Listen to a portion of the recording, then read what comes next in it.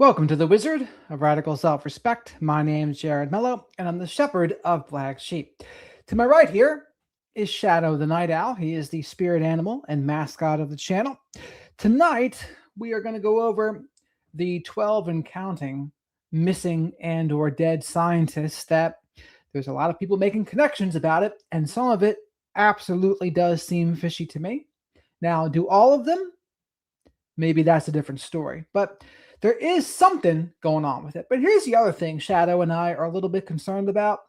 Since the Epstein thing has become true, I think now people think every conspiracy now is automatically true.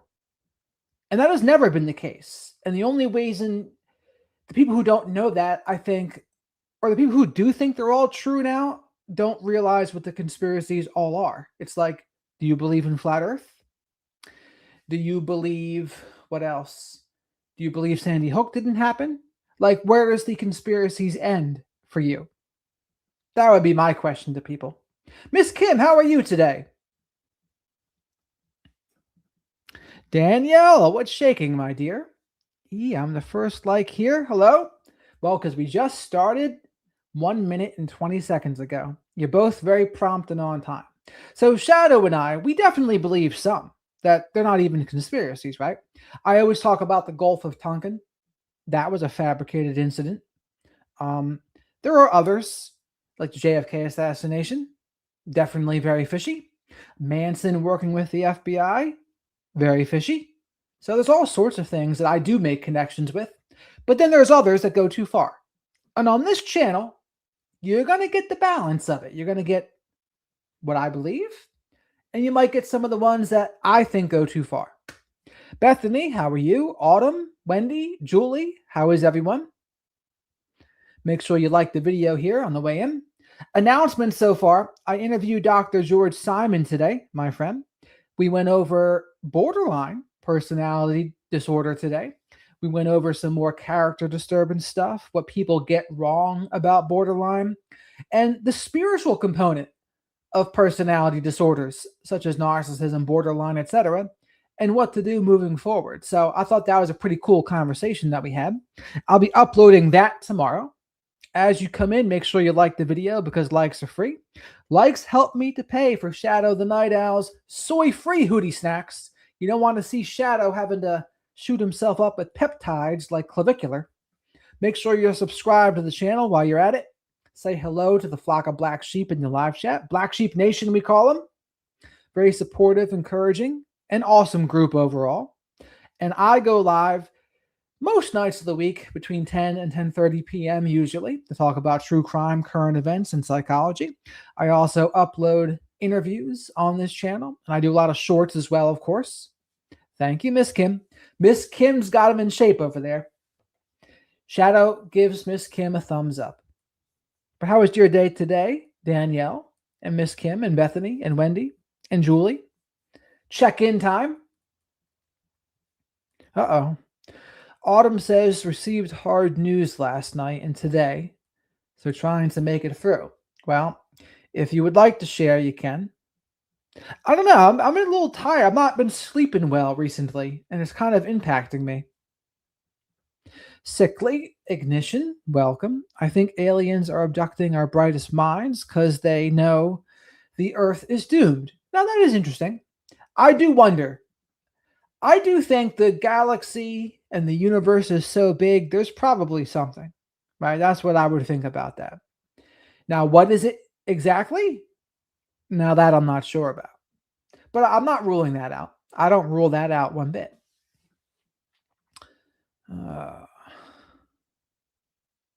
Like I said, I had a good day today. Got a little cranky earlier, though. Nanny, how are you? Shadow and I are doing well. A little tired, but we're doing well. Wendy says, I've been thinking about changing. Uh-oh, too many chats. Jackie, how are you today, Jackie? Things going better? Wendy says, I've been thinking about changing my sleeping schedule and going to bed a little bit early and getting up early since it's getting warmer. Now that is an interesting thought. I don't know how Shadow the Night Owl and I feel about it. It's probably good, right? It's probably good. Dana, how are you? Yep, so there's a bunch of different videos to go over tonight. We'll see how it goes. But Nancy Grace will be first. I actually think Nancy Grace did a better job, honestly. But there's other people that also did more thorough as well. Now, Brian had FBI agents on, Jim Fitzgerald. I think it's Fitzgerald. It's not Fitzpatrick. It's Fitzgerald. They just kind of said, well, the FBI is going to handle it. And it's like, well, a lot of people think they're part of the people behind it, is what they think. So how can you trust the people that they think are behind it to be solving it? Also to note, and maybe we'll go over this too, Kash Patel was calling out Sheriff Nanos today on Sean Hannity's show, blaming him, and said, and rightfully so, actually, so believe it or not, from Kash Patel, he was saying, well, Sheriff Nanos refused our superior resources and manpower in the beginning. And if so, there really was no reason for Sheriff Nanos to be refusing the superior technology. Why would you do that? Well, we know why Sheriff Nanos might do that, because he has a grudge against the FBI, and he has a big ego, and he wants to be in control. And he also wants the glory. So shame on Sheriff Nanos for that. Autumn says, last night I found out my uncle went into the hospital and on a ventilator. Turns out the time I got sick last night happened to be the time my friend's mom passed away. Oh, man. It's been a couple rough things. So if Black Sheep sends some good vibes to Autumn, her uncle's on a ventilator, and her friend's mom passed away. That's no good. Shadow wishes you the best as well with all that. Jackie says, feeling better today. Changed meds to a lower level. Yesterday wasn't too good. Well, I'm glad you're feeling better today, Jackie. IP, they're saying that the only people that unalive nuclear engineers are all. Well, I don't know. What does are all mean?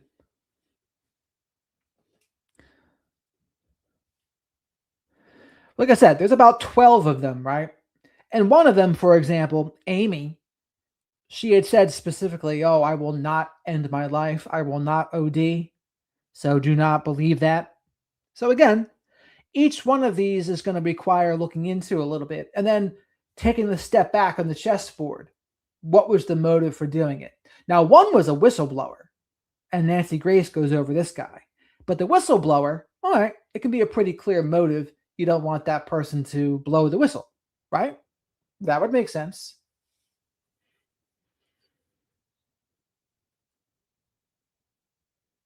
Yeah, I mean, and there's certainly some overlap, but they're not all studying the same thing. So there's some interesting things to go over here. But yes, before I get into it, make sure you like the video, though, because likes are free. Spank that like button. And let's hop right into this. Nancy Grace. Bombshell tonight. We learned the FBI is probing 11 U.S. space scientists either dead or missing. Good evening. I'm Nancy Grace. This is Crime Stories. I want to thank you for being with us.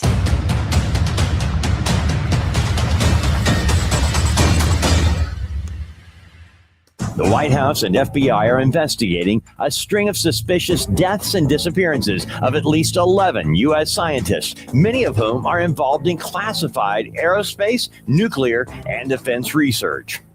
Joining us tonight, Crime Stories investigative reporter Dave Mack. Dave Mack, what more can you tell us? Nancy, we have two more names of scientists, military insiders who are now missing or dead. Two more to add to that list. These are some of the most amazing things we've seen yet. First of all, Matthew Sullivan, a 39-year-old former U.S. Air Force intelligence officer, and a 29-year-old NASA nuclear scientist, Joshua LeBlanc. Matthew Sullivan was scheduled to testify in a whistleblower hearing that was taking place on Capitol Hill. Think about it. A hearing for whistleblower hearing on Capitol Hill. So this one seems like there could be certainly a motive, but let's see. Whistleblowers about UFOs and UFO intelligence within the military. And before he had a chance to testify at that whistleblower hearing, Matthew Sullivan, dead. The circumstances of his death are being questioned by many close to him, but he's gone. NASA nuclear engineer, 29-year-old Joshua LeBlanc, Huntsville, Alabama. Like many of those who have gone missing, Joshua LeBlanc, at 29 years old, was reported missing around 4:30 in the morning. He left his wallet, keys, phone, stuff like that at home, but he was gone, and his family couldn't find him. He didn't show up for work. They were concerned. All day long, Huntsville police were looking for Joshua LeBlanc. This nuclear scientist who was working on nuclear propulsion for NASA was missing all day. 2:45 that afternoon, a fiery crash involving Joshua LeBlanc's Tesla. The crash was so bad, he hit a guardrail, crashed into some trees. His body, not even identifiable for 3 days. When they finally got into the investigation, they were able to go into the Tesla Sentry mode and found out his vehicle, this Tesla, was parked at the Huntsville airport for 4 hours the morning he was reported missing. Just 4 hours. And then later on, dead. So 2 more odd to explain deaths in the mystery surrounding the scientists that have gone missing or dead recently. Deep research into anti-gravity jet propulsion, into special alloys made for high intensity heat, an alloy called Mondelez, and so much more. Ideas and theories that most of us have never imagined that under their skill and expertise were actually coming true until they go missing or are found dead. 11 that we know of. Many of them I've been able to connect 1, 2, 3, 4 to McCaslin, General Neil McCaslin, who oversaw funding and research, who was seeing over, commanding an entire Air Force base, but also was in charge of funding and overseeing research into many of these projects, joining us, an all-star panel to make sense of what we are learning tonight. I want to go straight out to special guest joining us, Chris Mellor, Deputy Science Editor for Daily Mail. What is happening? Many people thought that this was fantastical, but it's not. And now the FBI has joined the probe. And I would like to add, in stark departure from normal FBI tactics, which we saw out in the Nancy Guthrie case. Remember, the FBI did not enter into the investigation until they were invited by Sheriff Nanos, who took his sweet time doing it and screwed up the investigation.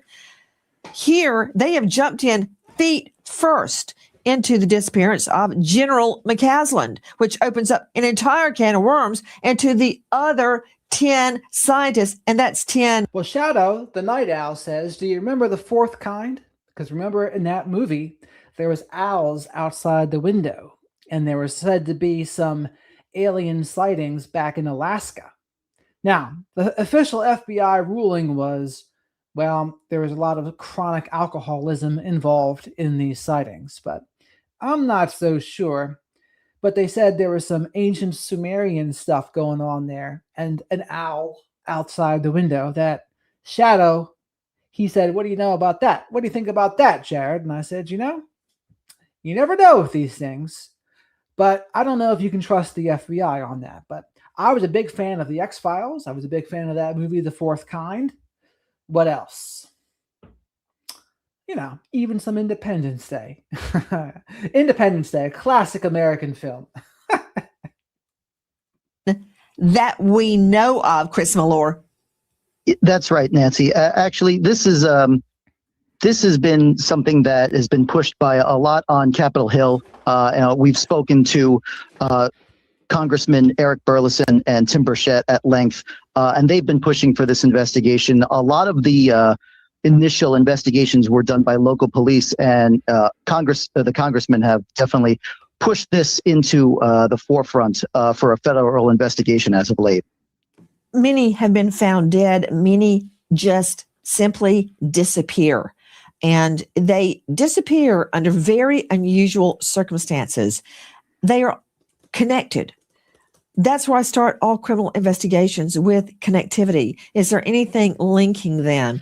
And to you, Brian Fitzgibbons, joining us, Director of Operations, USPA Nationwide Security, who leads a team of investigators finding missing people, former Marine, Iraqi war vet.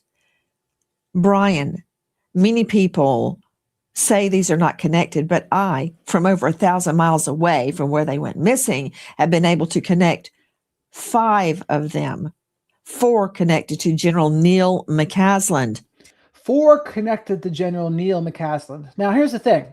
If there's interest on this case, I might do some deeper dives into each one of them, because each one you can probably look into for hours at a time to figure out what they were researching, what the government might not want them to be letting out, or why they want them gone. All of that, right? There's so many things that it possibly could be. So we'll see. I might do that if there's interest. Much happening out of the New Mexico jurisdiction, New Mexico and California. Listen to these connections and how the people went missing. Let's just start with Melissa Casillas, administrator at the Los Alamos National Laboratory and the AFRL. So you've got the Air Force Lab, the Air Force Research Lab, and Los Alamos Nuclear Lab. She worked there. She worked with Chavez, Los Alamos Nuclear Lab, and AFRL. Monica Jacinto Riza worked at the AFRL, Air Force Research Lab. General McCasland oversaw, actually ran, commandeered the AFRL, including the funding, specifically Riza's project. Stephen Garcia, government contractor, built parts for nuclear weapons connected to the AFRL. Well, I can connect more, but listen to how Melissa Casillas goes missing. She takes her daughter a Subway sandwich for lunch. She says she's going to work from home.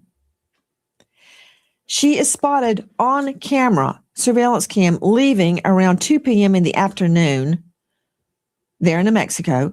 She never went for a walk in the heat. She took no cell phone, no keys, no identifying objects. Never seen again. Walking briskly eastbound. A shoe that may belong to her was found in a canyon.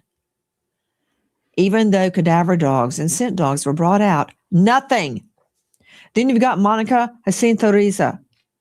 She got her funding from AFRL, and she was specializing in jet propulsion. She is on a hike in the LA National Forest. She's with a friend, a female friend who's just ahead of her. The friend looks back. She waves and smiles. A few minutes later, she looks back. Monica's gone. Gone.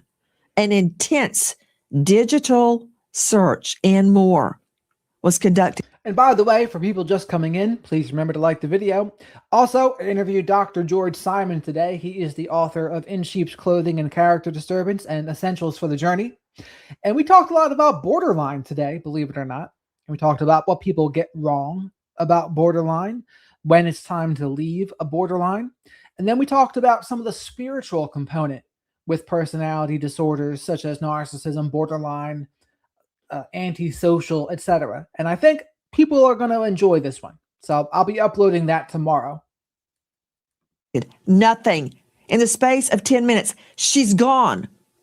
McCasland, General William Neil McCasland, who oversaw funding, is at home.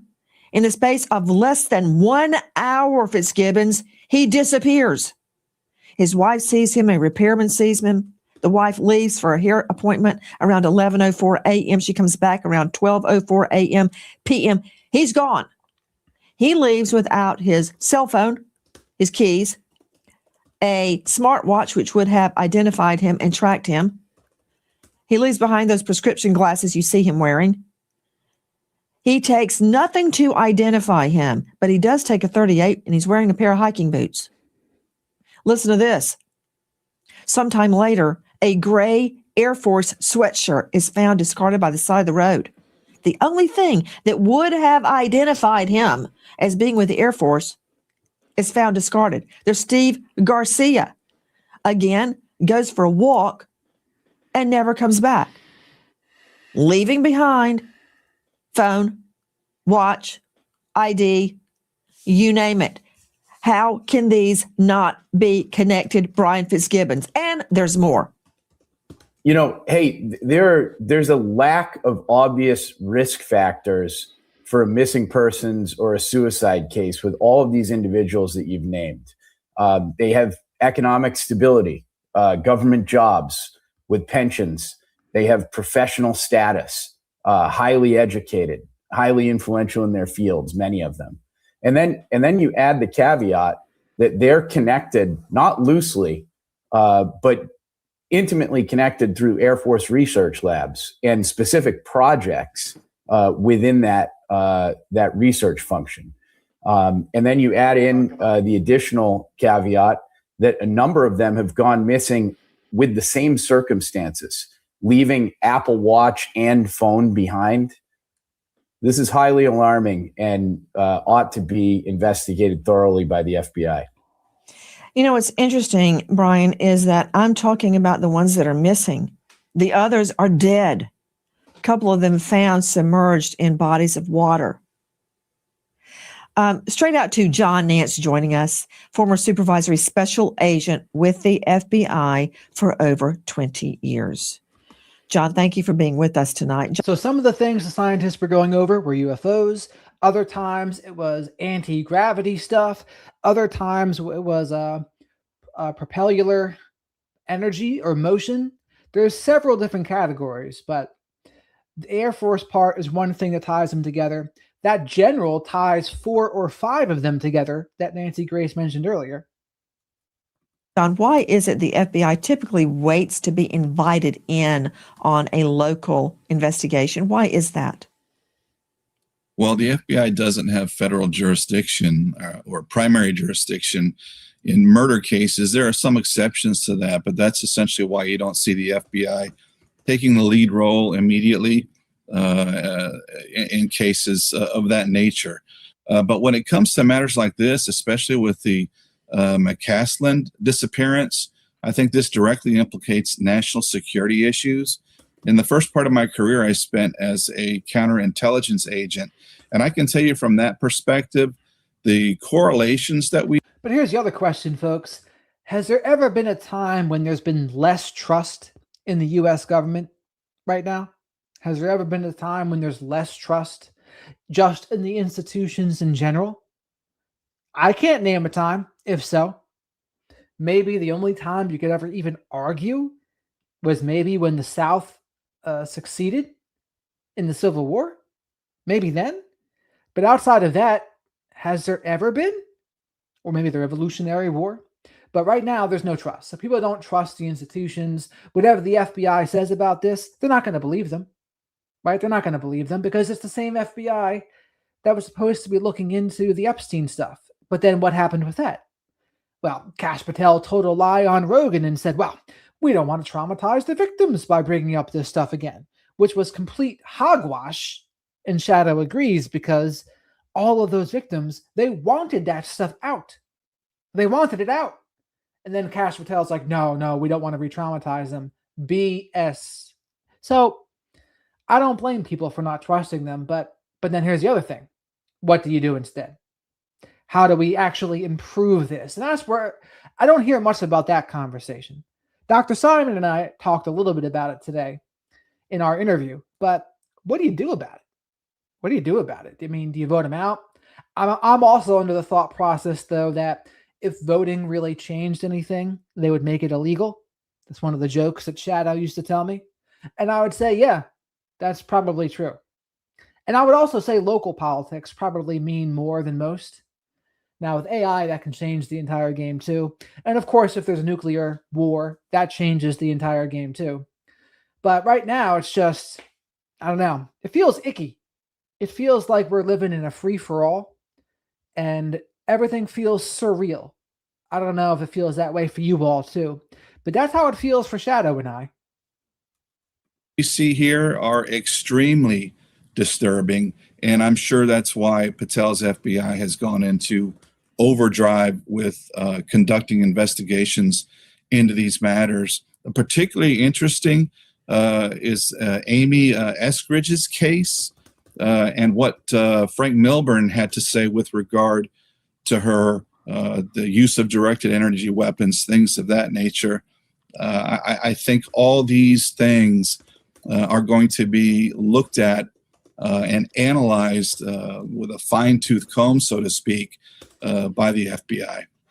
Their research, Mr. Nance, was so advanced, it's beyond what many of us can even imagine. For instance, Amy Eskridge, allegedly dead from a self-inflicted gunshot wound. This is after she texted friends saying, "If I am found dead, I did not commit suicide." She was working I hear on that? So Amy here, she said to a friend, if I'm found dead, I did not end my own life. And she went on to say, I didn't OD either. So, and then this person was found dead from a quote unquote self-inflicted gunshot wound. So what are you supposed to make of that? I mean, it certainly seems very suspicious to me. And then the next thing would be, okay, well, what was she doing? What was she working on? What would be their motive for doing so? That's always the next question to ask here. anti-gravity jet propulsion, which is amazing. So she was working on anti-gravity jet propulsion. That was the word I couldn't think of before. So I wonder what kind of things in regards to anti-gravity jet propulsion would be risky / scary for the powers to be. I don't know, because I'm not very up to date on my anti-gravity jet propulsion science, so I don't even know what they could have been doing and why it could be dangerous or why it could be something that they don't want being spread. I don't know. Do you have any theories out there, chat? Amazing. It's specifically, she was working with her father on an idea she wanted to present to NASA. And it dealt with an aircraft called TR-3B, T-Toy R-3B brother, a triangular craft. And with anti-gravity jet propulsion, that craft could go up, down, to either side, catty-cornered, diagonally, and at rapid rates of speed, unlike anything that we are familiar with, basically defying the laws of gravity. That's what anti-gravity jet propulsion is, and it can be used for a myriad of purposes. The other woman we are discussing, Monica Jacinto Reza, worked at AFRL. That's where she got her funding anyway. She was working on an amazing alloy, a metal. So, Miss Kim, it depends on what they were working it for. So what are they going to do with the anti-gravity jet propulsion? That would be the thing. I mean, there's probably some top secret thing that we have no idea about.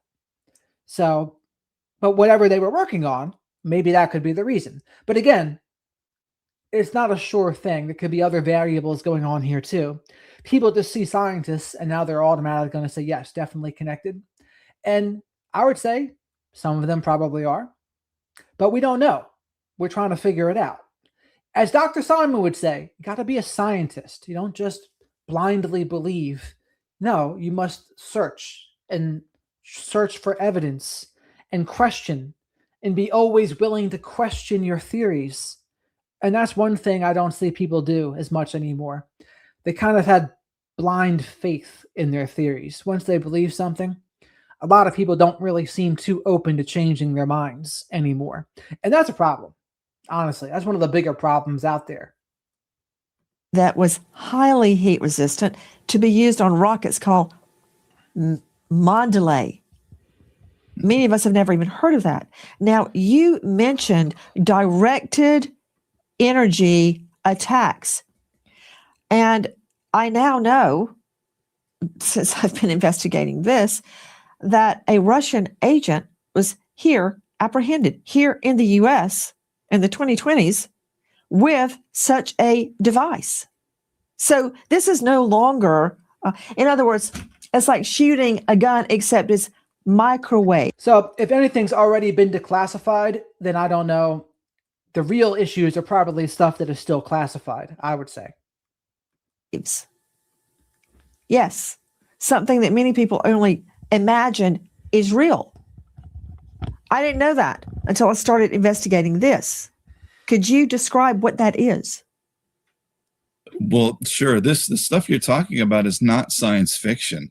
The triangular shaped craft that you're describing have been seen and reported about for decades. These individuals, Reza, for instance, was working at Wright-Patterson Air Force. And by the way, super chats, super stickers, becoming a channel member, or gifting channel memberships, great way to support the channel. They help me pay for Shadow the Night Owl's soy-free hoodie snacks.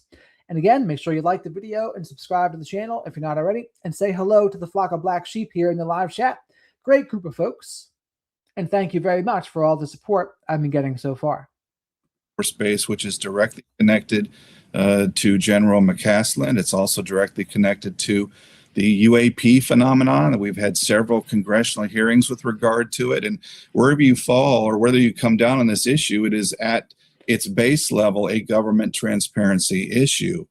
Eskridge, working on anti-gravity technology or filled propulsion technology would be paradigm shifting. So these technologies are, in many people's opinions, the result of crash retrieval programs.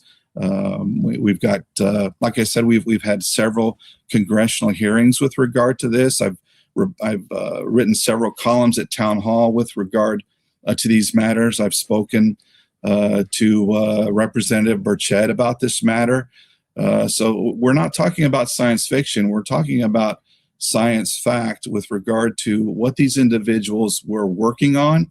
The directed energy weapon that you have mentioned is a real weapon, obviously, and as Mr. Milburn has described very in very detailed fashion, it's essentially a microwave, a focused microwave energy beam that is capable of cooking you from the inside out. It'll penetrate through a window. It'll penetrate through drywall.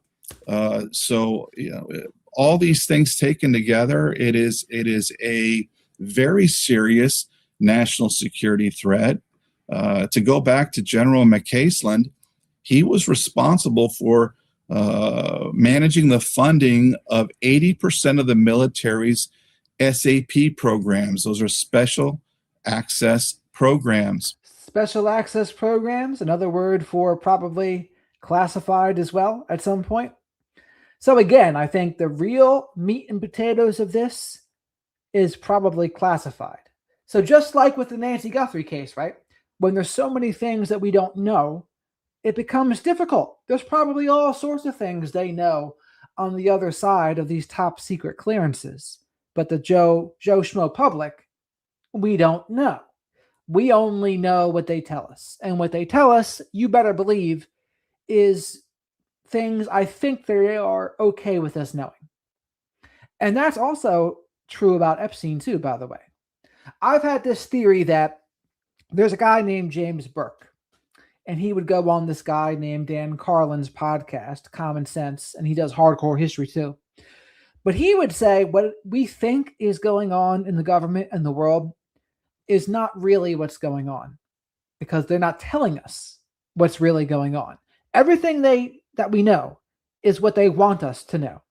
And that's a scary thought, right? Because it means there's all sorts of things going on that we just don't know about. Now, that makes people uncomfortable because they want to think, no, we have all the information. And that's the interesting thing about the people that think they know it all. It's like, dude, you really only know what they want you to know. And that's a scary thought for them, right? Because they want to feel like they have insider knowledge. It's like, not really. If you're in the public, you probably don't, unless there's classified leaks. Now, that was the interesting thing about Edward Snowden, right? Edward Snowden, he leaked things that we weren't supposed to know. And he did it because he thought Obama was going to be better than Bush on privacy and things, but then he wasn't. So he leaked those things. And the same thing with that other guy. The hell was his name now? The guy from WikiLeaks. Can't believe I forget his name. But those are the things that are interesting, the things that they didn't want people to know. So that's why Edward Snowden, there's a lot of mixed reviews on him. Some people think he's a hero. Other people think he's an enemy of the state because he was letting out government secrets. Which one do you think it is? What Edward Snowden, if you know about him, do you think he was a government hero? Or excuse me, do you think he was an American patriot hero? Or do you think he was very dangerous to the state? So press 1 if you think Snowden was a hero. Press 2 if you think he was very dangerous to the state. Which, as the name denotes, are access controls of some of the government's most highly classified information. And of course, his work at Wright-Patterson with regard to the Air Force's research and development program, I think that's like a $2 billion program he oversaw. So he's literally a walking hard drive of highly classified information. So the FBI is going to be very, very interested in determining what exactly has happened to him. I've listened very, very carefully to his wife's 911 call, John Nance, and she said specifically, I don't think he wants to be found. I think So Shadow says a lot of people don't like Edward Snowden here. Interesting. he plans not to be found. I've noticed that none of the families want to speak out. It's almost as if they're afraid. You mentioned Frank Milburn, former British intelligence officer who knew Amy Eskridge very well, and he is joining us now. To the rest of the panel, please stay with us as I go to Mr. Milburn. Summertime expenses stacking up fast. For many, the only thing .net/Nancy, and good luck. Several of the scientists leave their homes and vanish without their phones, while others are found dead, prompting concerns of a sinister pattern rather than random events. Joining us tonight, a special guest, a guest that has intimate knowledge regarding the death of Amy Eskridge. As you all know by now, Amy Eskridge is the one that said, I did not end my life. I did not OD. She sent that text message to a friend. oh, brilliant scientist. Frank Milburn joining us, former British intelligence officer who knew Amy very well, and he spoke with Amy just hours before her death. Now, correct me if I'm wrong, Frank. First of all, thank you for joining us tonight. But Amy Eskridge, brilliant scientist, was found with allegedly a self-inflicted gunshot wound to the head, Huntsville, Alabama, near the NASA space station, which is not. And that's the other thing. There's been people ending their own life with 2 shots, which apparently can happen sometimes, but it is less likely, right? Tina, thank you very much for the super chat, Tina. Shadow and I are very grateful. It's going to help me pay for some soy-free Hootie snacks for Shadow. Everyone else, remember, likes are free, so spank that like button. Make sure you subscribe to the channel if you're not already. Say hello to the flock of black sheep in the live chat. And as always, super chats, super stickers, gifting channel memberships, or becoming a member, great ways to support the channel. And I go live usually 5 or 6 nights a week between 10 and 10:30 p.m. Eastern to talk about true crime, current events, and psychology. I also do a lot of interviews on this channel, and I use my own unique experience with mental health, addiction, narcissistic abuse, and narcissistic family systems to give my unique insight on those topics. And as always, thank you very much for all the support I've gotten so far. Shadow says thank you too. Not just in Florida, but also in Huntsville. She texted with you some very disturbing information. First of all, tell me about your relationship with Amy. Yeah, certainly. I mean, we met online. At first, I thought it was an anonymous account, and I thought it was a very amusing middle-aged scientist who was ranting about UFOs, but in a very, very intelligent, funny way. And then slowly we got in contact that way, and slowly she revealed to me who she was. And I realized, wow, this is a brilliant young scientist. And I did my background checks on her as well, because that's what I do. And then over the course of the year, we got to know each other extremely well. So you were pen pals of sort for over a year. Yes. Initially, we weren't talking about UFOs.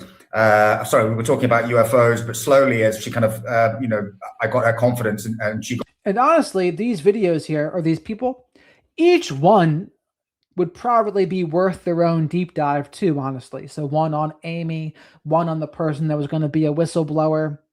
So each one of them understanding at least what we know that they did. And again, we are still probably in the dark because there's things they might have done that we just don't know about yet because it's still top secret.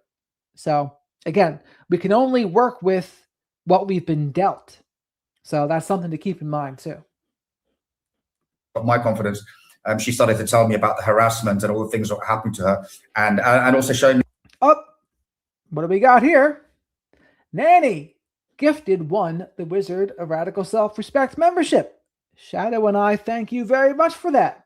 Nanny's always very kind to the channel. It's going to help us get some more Hootie snacks, soy-free Hootie snacks at that. So thank you very much for that. Also, we have here Arwin. Thank you for the super chat, Arwin. Shadow says thank you too. NASA lies. And you can say that again. Say that one from the rooftops. NASA lies. Yes, they do. Shadow agrees. Thank you very much, Arwin. I really appreciate your support. The proof, showing me the videos and the photos and things like that. And also as well, she was, she'd be at work and she'd put me on a video with her co-workers as well. And they'd be telling me the same thing. So there's absolutely no doubt in my mind as to what was going on with her. I want to talk very briefly about Amy's studies. Again, a brilliant scientist. Now, to my understanding, of course, I'm just a trial lawyer, she was studying anti-gravity. Is that correct? Anti-gravity propulsion. She was interested, yes, in anti-gravity. She was interested in free energy, which is the extraction of energy from the ether in potentially unlimited amounts, which would obviously change the whole way that we have and produce energy on Earth, and potentially would help every poor country in the world. But it could also be very dangerous to use as a weapon. What she was actually working on when she was attacked with the directed energy weapon. That's been heavily that was especially documented with videos, testimony, and other witness there. She was actually working for Homeland Security on a project which would defend US subways across the continental United States from chemical, bio, and radiological attack. So, across the board, she had a very interesting portfolio of things that she was interested in and working on. But, she was an American patriot. Can I circle back to what you just said, Frank Milburn, that she was working with Homeland Security on methods to protect public transport in the U.S. Could you expand on that, please? Yes, certainly. She and a colleague, they were approached. I actually sat in on a couple of the meetings with people, senior members from Homeland Security and from another agency that I'm not going to mention. Amy was there. A contact of mine was there who was ex-American Special Operations. And there was and one of her co-workers was there. And they were basically discussing with Homeland Security everything from directed energy weapon attacks. But the specific project that they were working on was to design a system whereby all the subways across the continental United States could be protected from biological, chemical, and radiological attack, a detection system, effectively. Mr. Milburn joining us, former British intelligence officer. And the reason I wanted you to tell us a little bit more about her project she was working on with Homeland Security is that many naysayers are suggesting that she was somehow had mental or emotional problems. I find that very difficult to believe as a former Fed myself, working for the government my entire legal career, that Homeland Security would enlist the aid of any scientist that had a mental impairment. I find that very, if not impossible, difficult to believe. Now, Amy, 34 years old, had also been researching, as I first mentioned, anti-gravity, advanced technology with anti-gravity propulsion. And what is interesting about that to me is anti-gravity propulsion. When we think of aircraft of any type, be it a plane, So a what do you think- helicopter, a rocket, So with anti-gravity propulsion, what could actually be so risky with that? Or what's the thing they're doing with that that could lead to something like this? It's not obvious to me. It's not obvious to Shadow either, for that matter. It's not obvious why that would be a death sentence. So what is it? I don't know. What are your theories, chat? we are within the framework of our known laws of gravity. But anti-gravity jet propulsion would mean that the aircraft could go up, down, side to side, and at rapid rates of speed, unlike anything we have ever seen. Isn't that true? Yeah, that's true. And I mean, if you're looking now, we're looking, the next big step for mankind is colonization of space effectively, and exploiting space's mineral resources, and also exploiting space strategically. I mean, they've just gone to the moon, Artemis, and they're looking, for there, have a base and then be able to jump to Mars. So if you had this anti-gravity technology and also, free energy potentially, to as a fuel system for other propulsion, you'd be streets ahead of anybody using, or streets ahead, you'd be light years ahead of anybody using traditional rocketry technology. Also, she was working with her father, Dr. Eskridge. They had founded a research institute together on something called TR-3B, which is a triangular type of aircraft that she thought would be suited to that would be compatible with her anti-gravity jet propulsion. Now, this is very hard for most of us to take in. Most of us are not literally rocket scientists like Amy and her cohorts. I want to talk to you about the texts that she sent you just before her death. What did she say? Well, the immediate text, sort of in the month before her death, was, if I committed suicide, I didn't. If you hear that, if I overdosed, I didn't. If you hear that I killed myself or anybody else, I didn't. And this was text to myself. There were other texts to other people, co-workers. I just got a message actually, the day before yesterday from somebody I'd been in contact with, a very close friend of Amy, who was also subject to attacks, who just said, like, no way did she commit suicide. And, well done for putting out there. They don't want to put it out there because they've been attacked. And they have, they have things to protect. So this was over a course of the year. Then she's verbally telling me, I'm being attacked. I'm sorry? Who is they? Who do you think they? I'm not in disagreement. I am not in disagreement, because the best way to cover up a homicide is to make it look like a suicide. And I have personally investigated and prosecuted cases where the victim was portrayed as mentally imbalanced, having committed suicide, when in fact they were the victim of a homicide. When you say they have a reason to kill her, I assume you could be talking about a foreign entity that wants to extract, use, and implement her work. It could be corporate espionage, someone that wants that technology, those ideas, to make money off of it. It could be a jealous coworker. I don't know what it is, but when you say they had reason to kill her, who in your mind is they? Well, I'll tell you, somebody, initially I looked at, I was thinking, like the GRU, Russian military intelligence, or, the Chinese. But you have to understand, this is an actor actors over a period of like maybe 3 years or even more were harassing her over a period of time.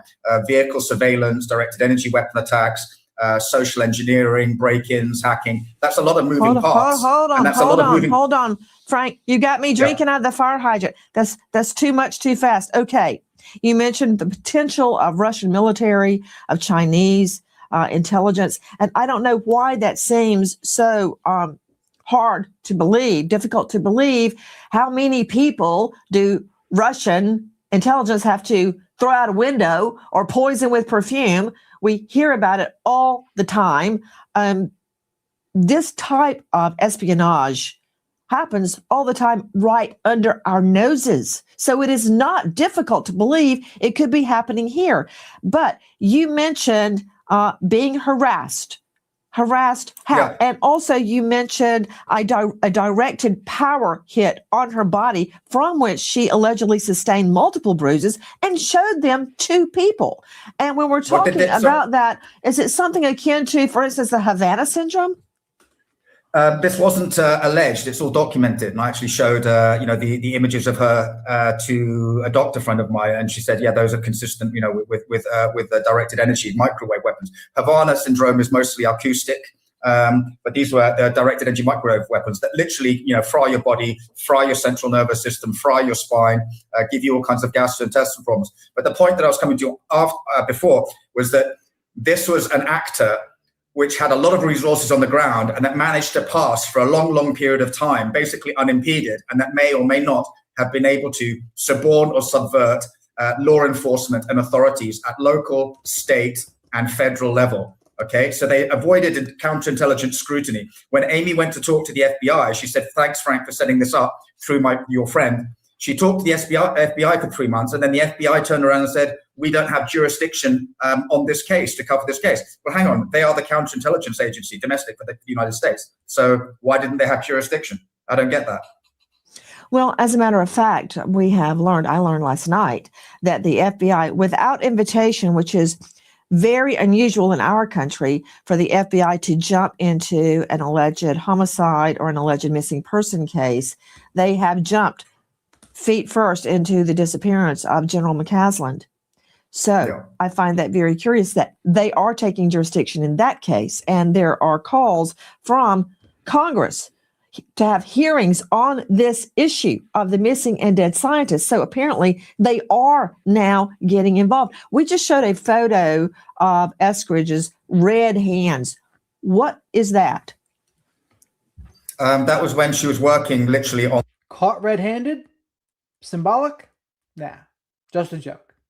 that project for Homeland Security, and she was, I think, about 6 stories up, but they got hit with a directed energy weapon, and she got burnt on her hands, not on her face, I believe, it was on her hands. So it's something directed specifically at her hands. And there's another scientist, I actually sent you the videos, there's another scientist with her in the background, and you can hear him say it's a directed energy weapon, a microwave directed energy weapon. So there's 2 witnesses there, 2 scientists who are expert witnesses and able to describe exactly what is happening to them. What is that? See, for many of us, that sounds like a futuristic movie plot, but it's not. It's in the here and now. Directed energy attack. What is it?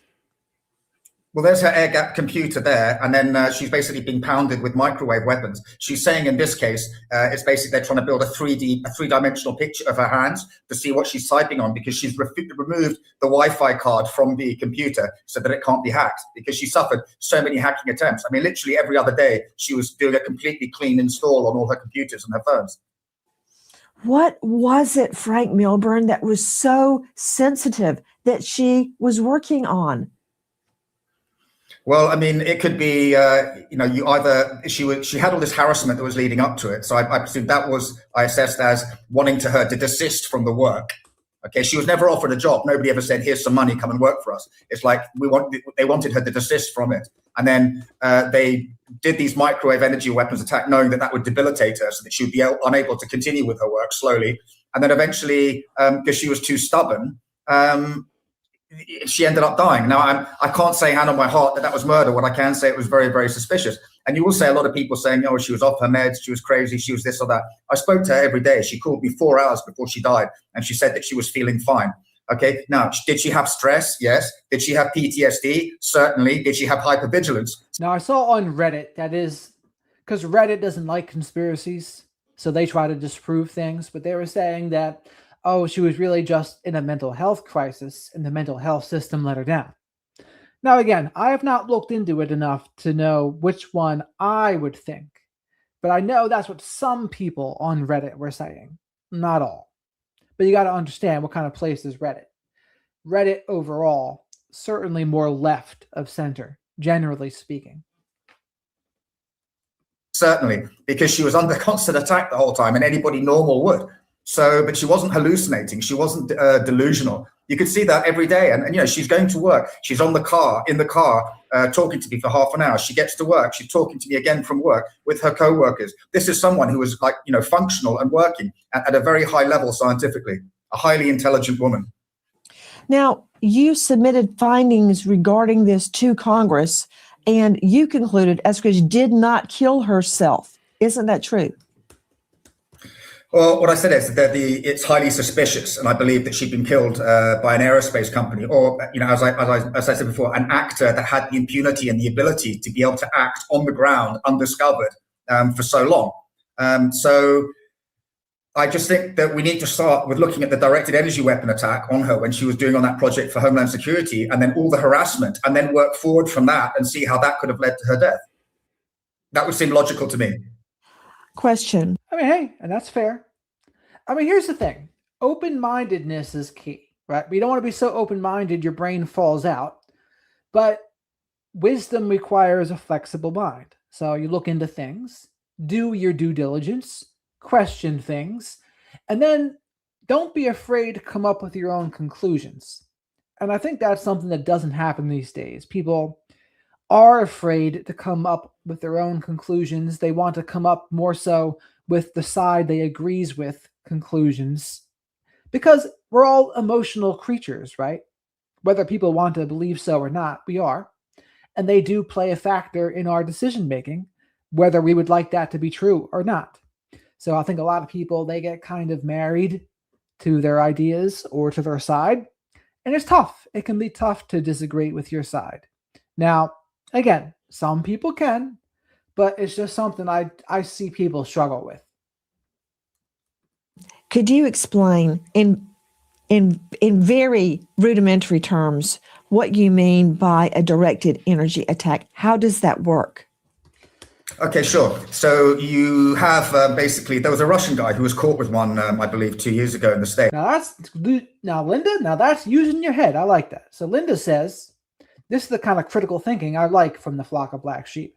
Linda says, how do we know he didn't sell her out since she talked to him daily? Now, that's a good question. How do we know indeed? Now, he would say, well, I'm clearly aiming for the nefarious thing happened here, right? But wouldn't that also be good cover too, wouldn't it? If you were behind it, wouldn't it be good cover for you to actually say, yes, I do think something nefarious happened? Ooh, playing chess. These guys, maybe Frank Milburn's playing chess, not checkers. But I like the way Linda's thinking here. Shadow says, I like that. And it was in a congressional hearing in 2024. You can have like a pickup truck or a vehicle. You have like a sort of an emitter. It's like it emits what's like, kind of like microwaves, like you get in a microwave oven, but in a very focused way. So then you have like a power source as well, which you can carry in the vehicle. Then you point out the window, and it will go through dry walls as well. And, depending on the power of the emitter, it could be anywhere from like 50 meters to 100 meters, maybe more. I don't claim to be a technical expert on directed energy weapons, but you point it where you want it to go. Presumably before that, you will have established a pattern of life. So you would know roughly where, okay, so at 9 o'clock, she goes down to her laboratory or whatever. And then you'd set up the directed energy weapon emitter in your vehicle and wait for her to be at a specific point in space and time, and then hit zap. Frank, why are you speaking out? Because she trusted me to, and it was what she wanted, and I really, didn't want to at all, because I know the upset that it brings to her family and her loved ones. But I've had support from her co-workers and her friends who are saying, you need to do this. I was basically her dead lady switch. She trusted me. When I first met her and she first revealed who she was, and she started telling me about this, she said, because of your background, you will believe what I'm saying, because you will understand the tradecraft. She goes, if I go to the cops, they will think I'm crazy, because this harassment was designed in such a way, going through the panty drawers and all the other things, was designed in such a way that if you went to the cops and said, this is what's going on, they would think that she was crazy. She said, you will not think I'm crazy. And she goes, if anything happens to me, here is all the evidence, and I want you to get it out there. Joining us tonight is Frank Milburn, who knew Amy Eskridge very well. Eskridge had founded an institute, a research institute, with her father. And together they were exploring many, many advanced technological theories that suddenly, under her skilled hands, were no longer just theories, including anti-gravity jet propulsion. Frank, can you imagine what a foreign entity or a private corporate entity would pay, what they would give, what they would do to get that knowledge, that technology that she had created? Yeah, I think, I mean, maybe it was a case of they'd, developed it themselves, and they didn't want her, in her own words, an upstart a brilliant young scientist stealing their lunch, as Amy would say. But, this cuts to the very heart of American democracy. If you can potentially subvert, local, state and federal law enforcement. And I want to, I came forward as well because I want to prevent other scientists and other brilliant young scientists from being killed. I want to, the United States is my ally. I've always worked with Americans in and out of uniform, in peacetime and in war. So America is a country that I love, and I love America's people. And I think America is a great democracy. It's the greatest democracy in the world, and that has to be protected. And this kind of activity fundamentally is rot at the heart of that democracy, in my opinion. Frank Milburn, you are risking a lot to come forward, and we are truly and deeply grateful. Thank you, Mr. Milburn. Well, thank you. And by having it out there, and I've sent you all the files, then if anything happens to me, then you've got another story, eh? I don't consider you. Mavs and husband, welcome. There's no such thing as late around here. You only arrive when you're supposed to. We're all like wizards here, like Gandalf. Because a wizard is never late nor early. He only arrives on time. Shadow always reminds me of that as well. Now, Bella, I do think I've heard some good things about ayahuasca experiences for people. I've heard some good things about magic mushrooms too. Now, all psychedelics, I don't think ketamine's very good. Although some people like that too for depression. I'm not a fan of it. But I think there can be some use. The Native Americans, they were big into the plant medicines, peyote, mescaline, etc. So, but again, a lot of it depends on your intention. Is your intention just to get messed up? Now, that's not going to go too well for you. But if you're doing it very intentionally to try to get insights, you know what? Maybe they were put on this earth for a reason. That's one of my philosophies. Story, I consider you to be a very, very brilliant now friend, and we will do our best to get Amy's facts. I don't want to say story out there. I'm very disturbed by the autopsy findings that this was immediately determined to be a self-inflicted wound. Very curious. What is her family's position on this? Because I've noticed that the majority of the families connected to the missing and dead scientists refuse to give a statement. They refuse to give a statement. That's interesting. But please remember to like the video because likes are free. Spank the like button. Leave your DNA of choice on the like button. And as Laura likes to say, send a like vest to Shadow here, the way Brian Hooker should have to Lynette Hooker, but did not. Subscribe to the channel if you're not already. Say hello to the flock of black sheep in the live chat. Great group of folks here. And super chats, super stickers, becoming a channel member, or gifting channel memberships. Great ways to support the channel. They help me pay for soy-free Hootie snacks. Soy-free has a little bit of an upcharge, unfortunately. But we think it's worth it. I don't want Shadow to have to be injecting peptides like clavicular. And I go live almost every night to talk about true crime, current events, and psychology, usually between 10 and 10:30 p.m. Eastern. And thank you very much for all the support I've gotten so far. They don't want to put this out there. They don't want to be part of it. Why is that? It's almost as if they are afraid. People are afraid, yes. I can't comment on the family. You'd have to ask them. In fact, don't ask them because they don't want to be asked. I know that for a fact. They don't want to have anything to do with this. It's the very last thing that they want. It's not going to bring their daughter back, and it's not going to bring my friend back. But if it can stop somebody else being killed or harassed, and basically having their life ruined. Because don't forget, Amy was completely isolated as well. She couldn't have a boyfriend. She couldn't see her friends. She couldn't do anything because anybody who was around her would be liable to attack as well. So, it was just a total isolation and a total spectrum harassment on her. So total isolation, what does that sound like? It sounds like what an abuser would do. isolates you from your friends, family, and support system, would isolate her from everyone except this guy. Interesting. Shadow agrees with Linda, actually, the more he thinks about it, and says, yeah, yes, isolated from everyone except for this guy. Convenient, eh? I'm very, very sorry for everything, and I'm very sorry for having to speak out, but I believe that it's fundamentally important to do so for all the reasons that I outlined. You know, we Americans think you British are way too polite. You do not have to apologize for telling the truth, ever. And we are deeply, as I said, grateful. I cannot ignore that before her death, she said, if you read, I committed suicide. I did not. And that is pretty interesting, right? That she would say that and then have this happen. Michelle, thank you very much for the super chat, Michelle, for Shadow Soy Free Hootie Snacks. Shadow says, thank you so much, Michelle. Michelle's helped Shadow get a bunch of soy-free Hootie Snacks, and he's always very grateful. So, Michelle, you are the best. And everyone else, likes are free.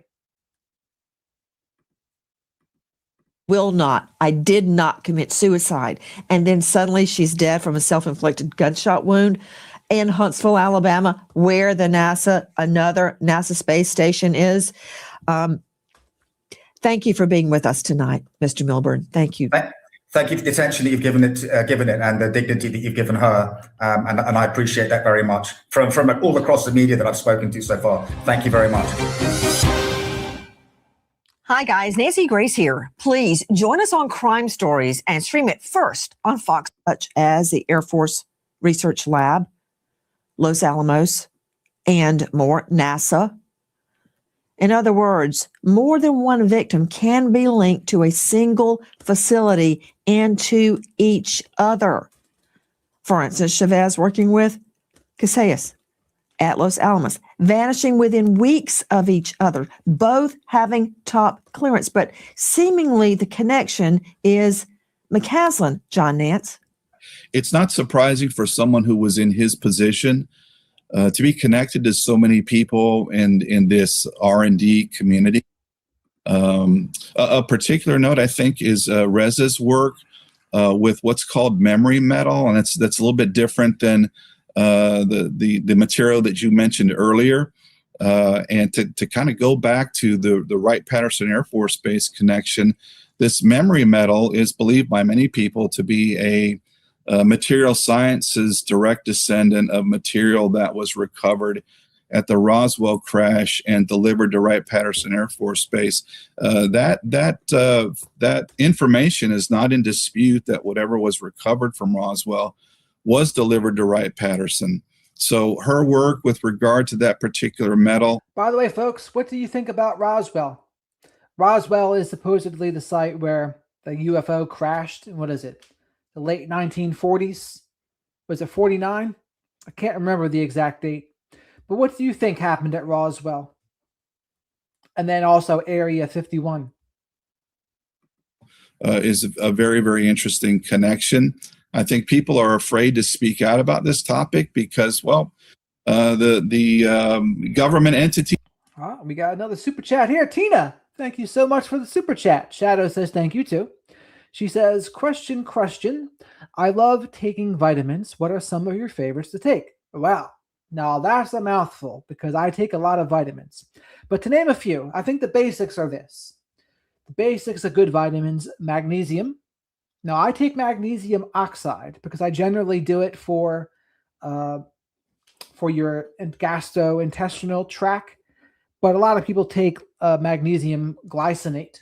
But I take magnesium oxide. I take vitamin D3. I take B12. I take folate. I take B3, which is niacinamide. I take a bunch of different amino acids: taurine, tyrosine, arginine, glutamine. I take a couple different probiotics. I take some Tribulus terrestris. I take, what else do I take? Some choline, which is basically a B vitamin, an acetylcholine precursor. Lithium orotate, that's good for stabilization of mood, not to be confused with lithium carbonate. Take biotin for your hair and nails. So there's a bunch of things, though. But that's a good question, Tina. There's more, but I don't want to overwhelm you. And thank you again for the super chat. These have been very, very successful in conducting a disinformation campaign with regard to the American public. So you mentioned UFO, and people immediately begin to snicker, right? And that's because of the disinformation campaign conducted by members of our own intelligence community, and it's in large part for good reason. I think that the American public, as Burchett and Representative Luna and others have made very clear, the American public should be aware of this information. I think there are certain aspects of it that, for national security reasons, should probably remain classified. But the government shouldn't be hiding the fact that UAPs exist. And we have almost incontrovertible evidence to that fact. One of the hearings was attended by Lieutenant Commander Fravor, probably one of the most credible UAP witnesses that we've heard from. And he's the individual that was involved in the very famous Tic Tac video. And his testimony on Capitol Hill with regard to the Sending a bill to Capitol Hill. capabilities of the unidentified phenomena that he witnessed far exceed anything that our material science can hope to achieve at this point. Mr. Nance, you mentioned UAPs. I assume you're referring to unidentified anomalous phenomena. Yes, that's correct. That's the new word for UFO. And that is, yes. You know, that is precisely, Mr. Nance, why I have not mentioned UFOs since the beginning of tonight's program, because I do not like these victims to be thrown in the pot to stew with all the UFO and alien conspiracy theorists, because it minimizes the fact that these are brilliant scientists, all of them PhDs, brilliant in their field and known to be brilliant. As a matter of fact, Amy Eskridge actually worked with Homeland Security. And as did all of these scientists, they were all top level with secret security clearances. So the government is not going to allow that with a bunch of crackpots, very simply put. What do you make of the disappearance of McCasland? His wife did not say he committed suicide. His wife said he doesn't want to be found. And I know for a fact the mother, Melissa Cassius, would not have willingly left her daughter. Just walk out without any ID, without phone, with nothing, and never seen again. Like this is like so many of the others. It's the MO, the modus operandi, the method of operation. They all just walk away with no identification and are never seen again. It is almost as if they are in fear for their families, obviously not in fear for themselves. There's Melissa right there. She just dropped off a Subway sandwich for her daughter, and she's never seen again. And this is true of nearly all of the missing. What do you make of it, John? Well, another interesting data point about Melissa's disappearance, I believe her husband stated that he observed her using her security card at the facility, and then later she made the statement that she needed to return home to retrieve her identification card. So that's a very, very strange data point with regard to her disappearance. And as to Amy Eskridge's story, the fact that she was working with Homeland Security would argue against these allegations that she was suffering from some sort of mental disorder or distress. I would assume she would have some level of security clearance with Homeland Security, especially given the type of thing that she was working on. I believe some sort of subway defense system. I don't really know a lot of the details about that, but yes, I'm familiar with it, John. She was working on a project that would protect Americans on subways and other rapid transit. And she was heavily involved in that. So I find it difficult to believe that a scientist working on a project for the government is crazy, for lack of a better word. Chris Malord joining us, Deputy Science Editor, Daily Mail. As a matter of fact, back to one of the victims that have received very little attention, and that is the mom I keep referring to, Melissa Cassius. Did you know, Chris, I'm sure you do, that when her effects were found there at her home that she left behind, both her work phone and her cell phone had been factory reset. Both of them had been wiped before she went on a walk that afternoon. Yes, it is very highly unusual. Basically, she had a work phone, personal phone.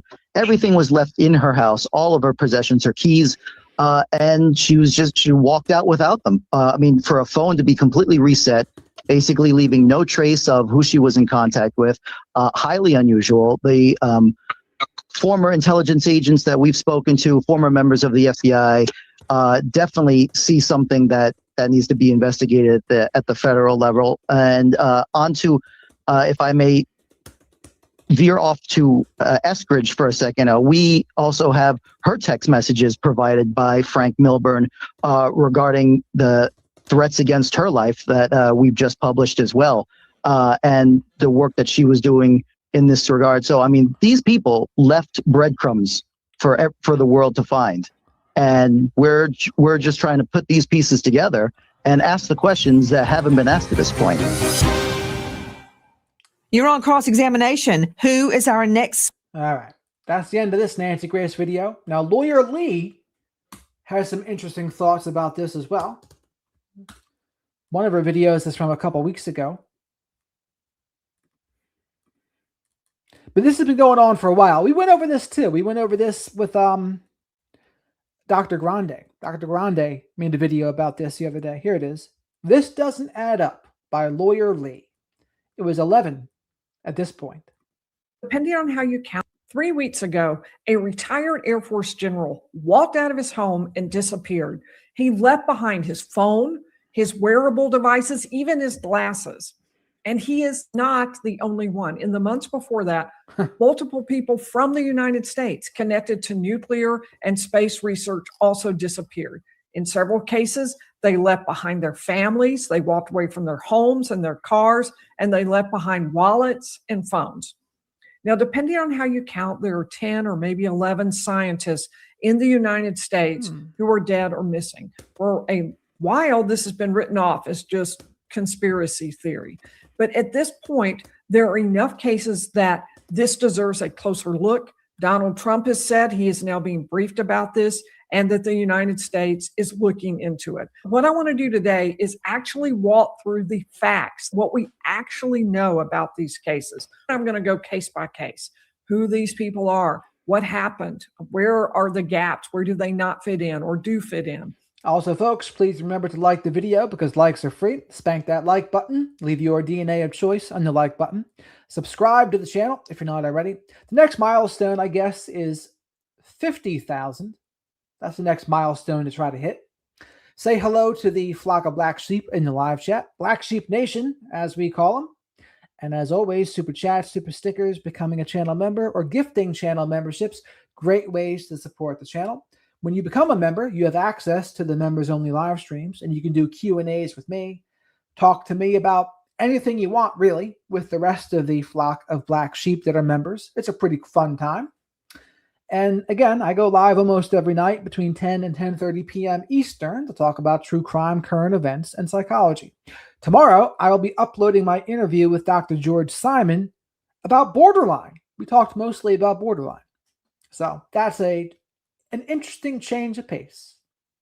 And then at the end, we're going to step back and look at the bigger picture. What is standing out? What isn't? Because we can't at this point ignore the fact that 10 or 11 scientists are missing and what they're tied to, but we don't yet know if they're actually connected. You have to look at the facts and decide what they actually. So Tiger, I guess those people are people that YouTube is promoting. So if they're saying, oh, YouTube featured, YouTube likes their channels. And YouTube's, And that's the thing, the almighty algorithm, it really determines all. It determines everything. It determines how popular you are. It determines how much money you make, especially from AdSense, right? So it's a risky thing to put too much faith in, is what I've noticed, because it can go up and down. It's why the smartest people, they say what you should be doing is converting people to other businesses, to other forms of things. And doing just entertainment stuff is hard because you got to put the volume. Now, luckily for Shadow and I, we don't mind being entertainers. We're not like Maximus that says we do not entertain. No, Shadow and I like to entertain. So we do that. Show. Now, not everyone, as I said, is talking about the same number of scientists. For this video, I'm going to use the 11 names that are most consistently included. Almost all of them have ties to nuclear or space-related work. Space is a pretty broad category. I'll get more specific as we go for each person.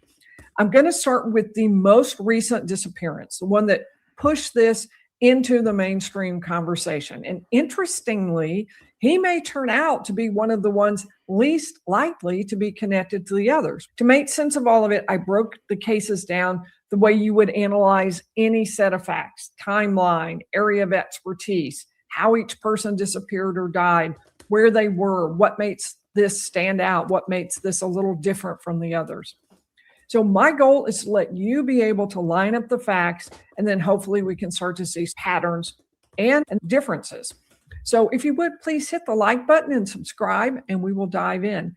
Person number one at 10 a.m. on February 27th. Now, this is the one Dr. Grande went over to, and we went over it. Now, Dr. Grande, he's very anti-conspiracy. Now, I am much more I shouldn't even call them conspiracies, because conspiracy's just gotten a bad name. So I should come up with a new name for it. But Dr. Grande is anti-conspiracy. And I think, there are times when these things are true, right? I'm not going to say every time, but there's definitely a chunk of times when they are true. And what do I mean when I say not every time? It's like, well, do you believe there was dinosaurs? Do you believe there's a flat earth? Like, where does it end for you? I don't know. For some people, it doesn't end. 2026, retired General William Neal McCaslin was at home meeting with a repairman. By noon, when McCaslin's wife came home, he was gone. Now, initially, she figured he went hiking. His hiking boots were missing. His wallet was missing. And so was a .38 caliber revolver. But there were other things that were left behind, like his phone and his devices that he wore and his prescription glasses. In fact, when his wife called 911, what she said was, "I have some indication he must have planned not to be found." Authorities searched the canyons near his home. They even used a helicopter. But 3 weeks later, he is still missing. He's not just anyone either. He previously... We got a new member. Teresa, thank you very much for becoming a new member to the channel here. You now have access to the members-only live streams. Tomorrow or Thursday, I think, is when the next one will be. So thank you very much, Shadow, and I really appreciate that. I'm going to get some soy-free hoodie snacks. We want to make sure that Shadow... I caught Shadow watching Clavicular the other day, and I was like, Shadow, don't be getting any ideas about shooting peptides and looks maxing by trying to get some meth in the system. Don't do that. I said, don't let him watch Clavicular. Thank you, Teresa. Oversaw the Air Force Research Laboratory at Wright-Patterson Air Force Base. And his name has surfaced before when a WikiLeaks email linked him to claims about an extraterrestrial crash that supposedly happened near Roswell, New Mexico. Here's what the email said. When Roswell crashed, they shipped it to the laboratory at Wright-Patterson Air Force Base. General McCaslin was in charge of that exact laboratory up to a couple years ago. Now, to add fuel to the fire, McCaslin's disappearance came 1 week. Now, Tiger, I'll say this to you too. If you really want to get trippy about things, just think about how lucky you are to have been born a human. Think about that for a second. Of all the organisms in the frickin' planet you could have been born into, you were born a human. You were not born a wildebeest on the plains of Africa. You were not born a beetle. You were not born a housefly. You were not born a giraffe or a whale or a dolphin or a bird. No, you were born a human. And think about the odds on that. The odds of a new life being brought into the world that you're born a human. How about that? Think about the odds on that for a second. It's pretty low, but it can make your head spin when you really think about it. Yes, Dee Dee, he's a little bit. I mean, his legs are a little toned. Ah, how about that, X? Great minds think alike, they say.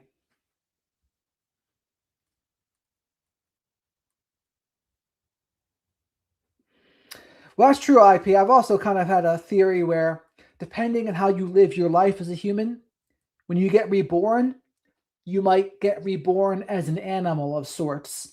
And if you're punished, maybe if you were a predator in human form, you get to be like a wildebeest that gets your throat torn out by a lion in Africa. And maybe that's like your life's karma. Or maybe if you're like in a wheelchair in human form, you're paralyzed, maybe your next life you get to become an eagle. How about that? Wouldn't that be interesting? Or an owl, of course, Stacks. Of course. I would like to be an owl or an eagle.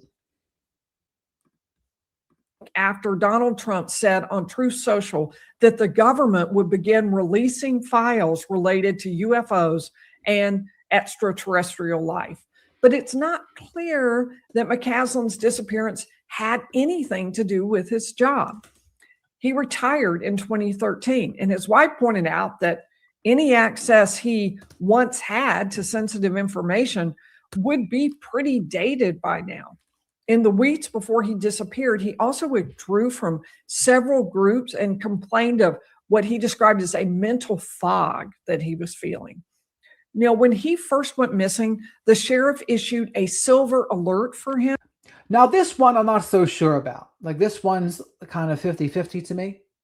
Now, his wife is kind of blowing the horn of, no, this is not a conspiracy. So she seems to be against it. That would typically be issued in a case where an older adult, usually a senior, is missing and is possibly having cognitive decline. But that doesn't really line up either, because later authorities said there was no indication that McCaslin was disoriented or confused. They said he was highly capable, in fact, that he was sharp. And of course, his wife had told 911 that she thought he might have planned not to be found. So you have two really different pictures here, one suggesting possible personal or medical issues, and another that raises entirely different questions. So I marked the alternate explanation box here as red, but I'll just say there are major gaps in what we know about this particular missing person. So the second person I want to talk about is Carl Grillmeyer. 11 days before General McCaslin went missing, and about an 11-hour drive away, Carl Grillmeyer was shot and killed on his own front porch. Grillmeyer was 67. He had worked at Caltech for 30 years. He was widely considered a preeminent astronomer and astrophysicist. His work focused on exoplanets, galactic structure, black matter. According to a fellow scientist who talked about it, he was irreplaceable. And the reason was his ingenuity, his creativity. So far, absolutely nothing about his death seems to make sense. A man has been arrested and charged with the murder, but the arrest didn't really answer a lot of the questions around why this had happened. The man who was arrested lived just 2 miles away from Grillmeyer, although authorities don't think they even knew each other. Despite the fact that they had never met, this was not the first incident between them. On December. So this is interesting. So the person that shot him didn't even know him, and it wasn't even their first incident. Now that's weird, right? What does that sound like? I mean, that sounds like a hit. Let's be honest here. Because why else would a stranger be doing that? unless it was completely random. And this guy wasn't a celebrity, so I put the odds of a completely random shooting at less because he wasn't a celebrity or related to a celebrity. But let's see what the other meeting of them was. December 20th, Grillmere called to say the man was trespassing on his property while carrying a rifle. And then 8 days later, the same man allegedly broke into Grillmere's neighbor's house. On the day that Grillmere was shot, police arrested the same man for carjacking. And then in the course of that arrest, they decided this was actually the person who had shot Grillmere. So now he has also been arrested for that. This case could be radically different from the others because it was a murder. But for now, there are still a number of open questions. For purposes of location, by the way, I'm concerned. So this is a pretty cool thing she's doing here, breaking it down into a chart. So William Neal McCasland, date is February 27th, expertise space, status missing, agency Air Force Research Lab, location Albuquerque, New Mexico, retired alternative reasons. That one, Carl Grillmeyer, February 16th, expertise also space but murdered. NASA is what he worked for, north of Los Angeles, California. Now that seems like a hit to me, honestly. I mean, why else would some random person do that? What could have possibly have been the motive? So that's someone, I think that's one of the more suspicious ones. What happened to Carl? Considering anything that happened in the extreme southwest corner of the U.S. to be connected in terms of location. But it is true that Albuquerque and LA County are about a 10 to 11 hour drive apart. So they are definitely not right next door to each other. But they are significantly closer than where this next incident happened. Because on December 15th of 2025, Nuno Loureiro was shot in the foyer of his apartment building in Brookline, Massachusetts. He was taken to the hospital but died the next day. He was 47, an MIT professor of nuclear science and engineering and physics. He directed the Plasma Science and Fusion Center at MIT. He was married with 3 daughters. Now, who would want to kill this father and professor? According to authorities, I would think about this. How many non-criminal types? We're not talking about the inner city. We're not talking about gangs or bikers. Like, we're talking about older professionals being killed. Think about how uncommon that normally is, right? How uncommon is that? Random murders are fairly uncommon. The more common murders are fights between rival gangs or people you already know, right? Or a lovers quarrel sometimes, or a man kills his wife or something, or Corey Richards kills her husband, right? Those are the most common forms of murder. But these random ones, that gets shadow and eye thinking. That's what that does. the chain of events started earlier when someone shot 11 people at Brown University, killing 2 people and injuring 9 others. Police believe the person who did the shooting was Claudio Manuel Neves Valente, the Brown shooter. He fled to Massachusetts and killed Loureiro. Valente and Loureiro actually knew each other. They were both from Portugal. They had gone to school together. Valente, the alleged shooter, actually graduated first in the class. All right, so he knows this person, but let's see what the motives could be. Ahead of Loureiro. Many online commentators suggested maybe Valente was jealous. We haven't really seen public information, though, or evidence that would explain what the motive was. We may never get that answer, in fact, because Valente was found dead in a storage unit in New Hampshire. Authorities say the wound for him was self-inflicted. So I marked both of the last 2 boxes here in red because Loureiro was killed on the other side of the country, and there may have been alternative reasons. Next, Stephen Garcia. Last summer, on August 28th, 2025, Stephen Garcia left his home in Albuquerque, New Mexico. He was wearing a green camouflage shirt and shorts. He was on foot. He left his phone, his keys, his car behind. He did take a bottle of water and a gun. Garcia worked in the nuclear components industry as a contractor, making the components, the non-nuclear parts that are used to make nuclear weapons. He's widely reported to be property custodian for the National Nuclear Security Administration. That's a pretty broad title and means he physically controls and tracks government property. So MSM reported a source told them he had a very high level overseeing position that would cover tens or even hundreds of millions of dollars in equipment, some of which would be classified. We frankly know very little about Garcia's disappearance, not enough for me to offer you any alternative reasons for why he might have disappeared. Now, Melissa Casillas, age 53, we know a good deal more about what happened here. She disappeared on June 26th of 2025. There were no warning signs, according to her family. She had plans coming up. She was excited about a late trip scheduled the very next day. She was taking time off work to help her mother recover from knee surgery. Melissa and her husband, Mark, both worked at Los Alamos National Laboratory, where she was an administrative assistant. Los Alamos manages nuclear weapons, does scientific research. That morning, Melissa and Mark drove to work together, but Melissa said she forgot her badge, so she returned home. She was supposed to meet her husband back at work at 11 a.m., but she never showed up. However, we do know that Melissa was alive later that day. At 12:50 p.m., she brought lunch to her daughter, Sierra, and they spoke briefly, and Sierra said nothing really seemed out of the ordinary, except maybe her mom was a little quiet. So Sierra, the daughter, gave her mom, Melissa, a check to deposit at the bank.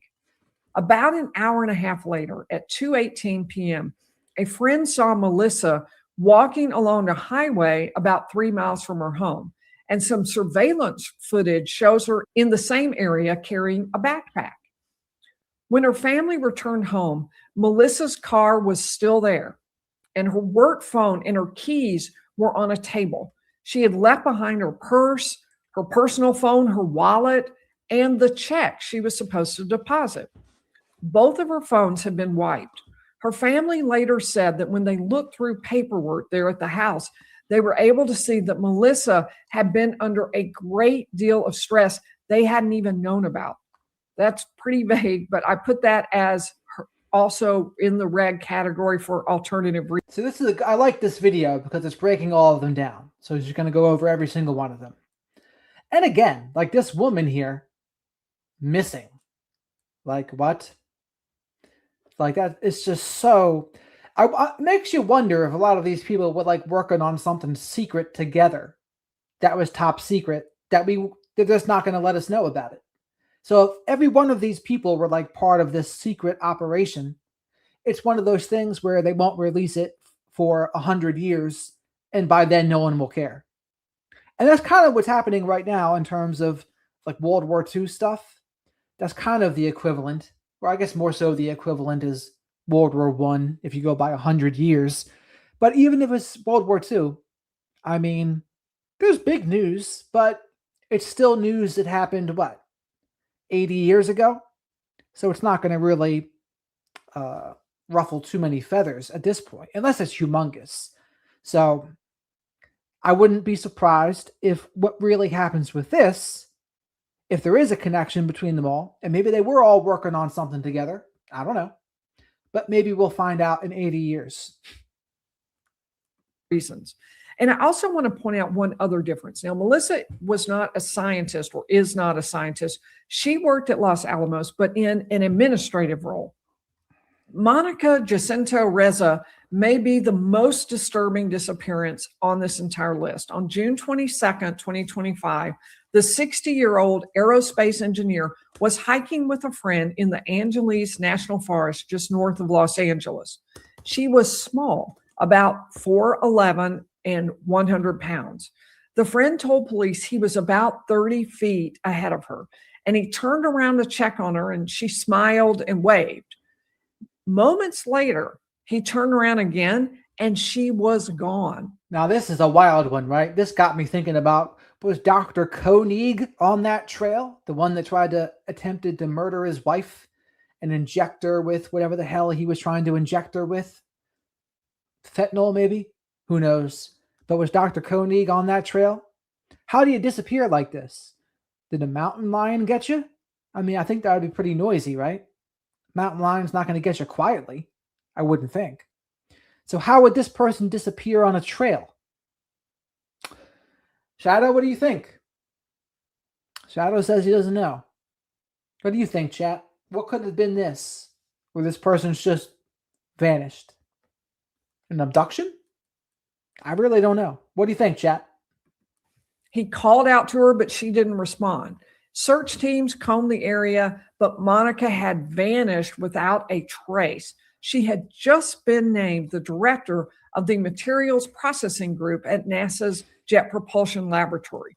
She worked on advanced rocket materials. In fact, she had patented a super alloy called Mondaloy that is lightweight, burn resistant, and high strength, and it's used in rocket engines. There's one additional point that stands out. She had previously been stationed at Wright-Patterson Air Force Base at the same time as General McCaslin. The next person, Anthony Chavez, was age 78 and a retired employee of Los Alamos National Lab. He vanished from his home on May 25th. Now, like several others on this list, it appears he simply walked away. He left his car, his wallet, his keys, even his cigarettes. Honestly, this whole thing could be an X-Files episode. They got to fire up the crew. Dana Scully and Fox Mulder and Skinner and the Smoking Man. Pull them out of retirement and get them making a video about this. Get them you do a series about this and have Fox and Dana go around trying to investigate it, and then have the Smoking Man pulling the strings behind the scenes, and Fox getting hot on the trail, Dana being the skeptic like Dr. Grande, but Fox being like more like the Alex Jones. Although I would say Fox is probably a little more reasonable than Alex Jones, but you never know. Beyond that, very little has been made public. Friends say he was active and mentally sharp, that he was regularly in contact with family and with friends. He liked to hike, but there was no indication he left prepared to go on a hike, and the weather was bad that day. So at this point, we have very few clear answers. The next scientist, Jason Thomas, on December 12th of 2025, Jason Thomas was a 45-year-old scientist working at Novartis Institute of Biomedicine. And by the way, folks, if you find this interesting, please remember to like the video because likes are free. Leave your DNA of choice in the like button. Subscribe to the channel if you're not already. Say hello to the flock of black sheep in the live chat. And as always, super chats, super stickers, and becoming a channel member or gifting channel memberships. Great way to support the channel. They help me pay for soy-free Hootie snacks. We don't want Shadow having to inject peptides into himself anymore, like clavicular. And thank you very much for all the support I've gotten so far. And if you're lurking, say hello. The flock of black sheep are good people. They have Shadow and I's endorsement. Medical research, and he left his Massachusetts home late at night. As his wife, Kristen, was going to bed, she heard their mailbox close. So she looked out and saw her husband there. They locked eyes, and at least at the time, she said she thought that was very comforting. It was the last time she saw him. The next morning, he was gone. His phone and wallet were left behind on the bathroom counter. Later, his Apple Watch was found in the mailbox. Kristen said Jason had been struggling emotionally. He had just lost both of his parents a month before. His mother died in hospice care, and just an hour later, his father collapsed into his arms and died of a heart attack. 3 months after Jason disappeared, authorities found his body in a nearby lake. He had often hiked in that area. The lake had been partially frozen at the time he disappeared and had completely frozen over shortly after that. Investigators had to wait until the ice thawed. I mean, look at this. I mean, we're at 11 missing or dead. And what's the timeline? So far, we're at December 12th, 2025. I mean, that's a lot. That's a lot of white-collar professionals missing or dead, right? Jason did have a doctorate in biophysics, but he stands out from the rest of this list in a few ways. First of all, his work was not tied directly to space or to nuclear research.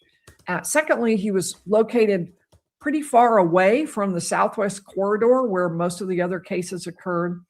And there were some alternative reasons that could explain what had happened. None of that answers every question, but this case does at least look somewhat different from the others.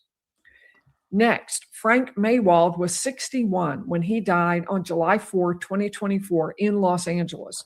He worked at NASA's Jet Propulsion Laboratory and contributed to the Juno mission to Jupiter, including research into subsurface oceans on its moons. But beyond that, very little has been publicly explained about how or why he died. According to the Daily Mail, officials have confirmed there was no autopsy. Now, according to reporting by the Daily No autopsy. How convenient. Mail, Frank Maywald and the next person on the list, Michael David Hicks, were longtime colleagues.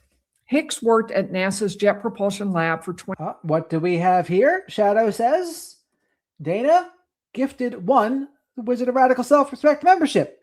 Thank you so much, Dana. Shadow and I appreciate that. Shadow looks forward to whoever's going to get that because it's going to help us buy some soy-free Hootie snacks, of course. So you are the best, Dana. I really appreciate your support. Everyone else, remember, likes are free, and so is subscribing to the channel. 24 years.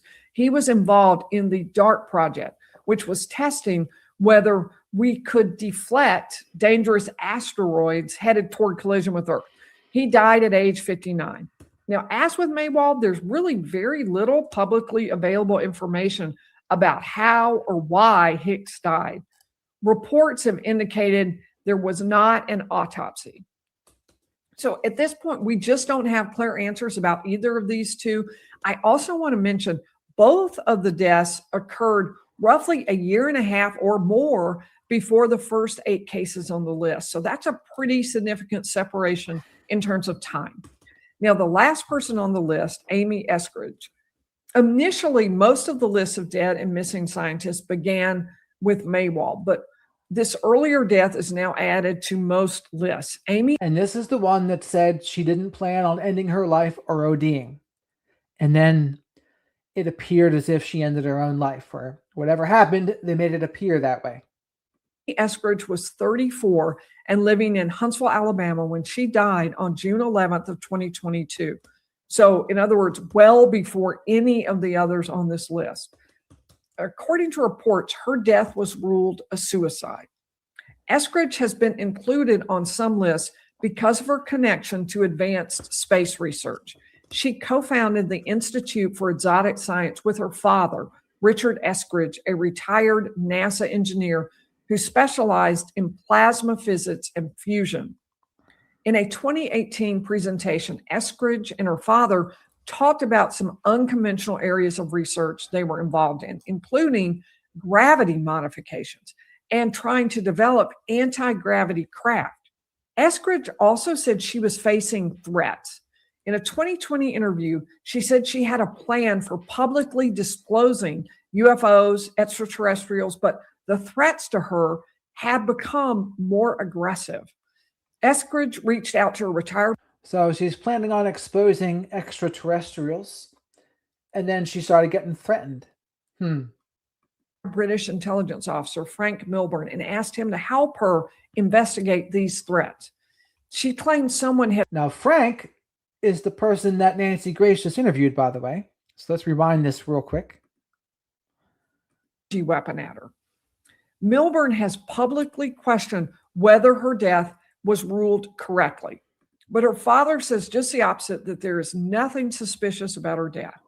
So now that we've looked at all 11, I want to step back for just a minute and look at a few key points. Now, some of these scientists seem harder to connect to the rest of the group. Jason Thomas was in a different field, had significant personal pressures. His body has been found in a lake. Amy Eskridge, the death was ruled a suicide. It occurred years before the others. But there are also some facts and connections that are harder to ignore. Between May and August of 2025, 4 people Stephen Garcia, Monica Reza, Anthony Chavez, and Melissa Casillas disappeared from the same general region in the Southwest. They were all connected to high-level scientific work. One worked inside Los Alamos, and in each case, they appeared to have simply vanished, leaving everything behind: phones, cars, families, belongings. A few months later, General McCaslin can be added to that list. That is a lot of high-level, strategically important people who just suddenly decide to walk away from everything. Now, 3 points. First, it is entirely possible all of this is coincidence, but it's also too important to just ignore it. Trump said it's being investigated, and good, it needs to be. A brain drain in the space and nuclear areas could obviously be catastrophic for the U.S. Losing even just a small number of really experienced scientists in these highly specialized fields could have very long-term consequences. It could be consequences in research and national security, even for the next generation in terms of training. Now, the second point, this issue absolutely demands transparency. As long as we are missing facts, people will fill in the rest of the story with theories about what could have happened. We will have a much better public discussion, a much higher level public discussion, if we base it on what has really happened and not just guesses about what is going on.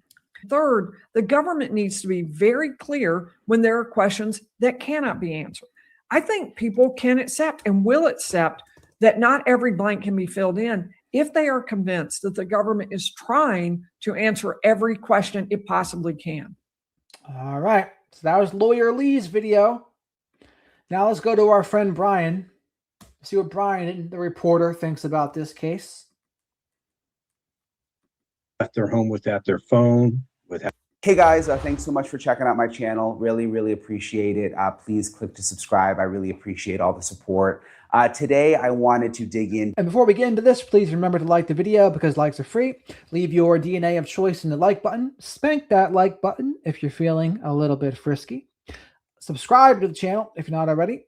Say hello to the flock of black sheep in the live chat. And as always, super chats, super stickers, and becoming a channel member or gifting channel memberships, great way to support the channel. They help me pay for soy-free Hootie snacks, and becoming a member gives you access to the members-only live streams. And also thank you very much for all the support I've gotten so far. Shadow and I would not be here without you all. To a group of cases, they've been in the headlines over the last couple of weeks. Scientists, there's at least 10 of them that are missing or are dead, have popped up, just totally vanished over the last several years. Some with connections to sensitive government information, programs like aerospace and defense programs. And the question now is, could they be linked? This has gotten a lot of attention. It's been all over the news. President Trump has been talking about it, spoke about it from the White House.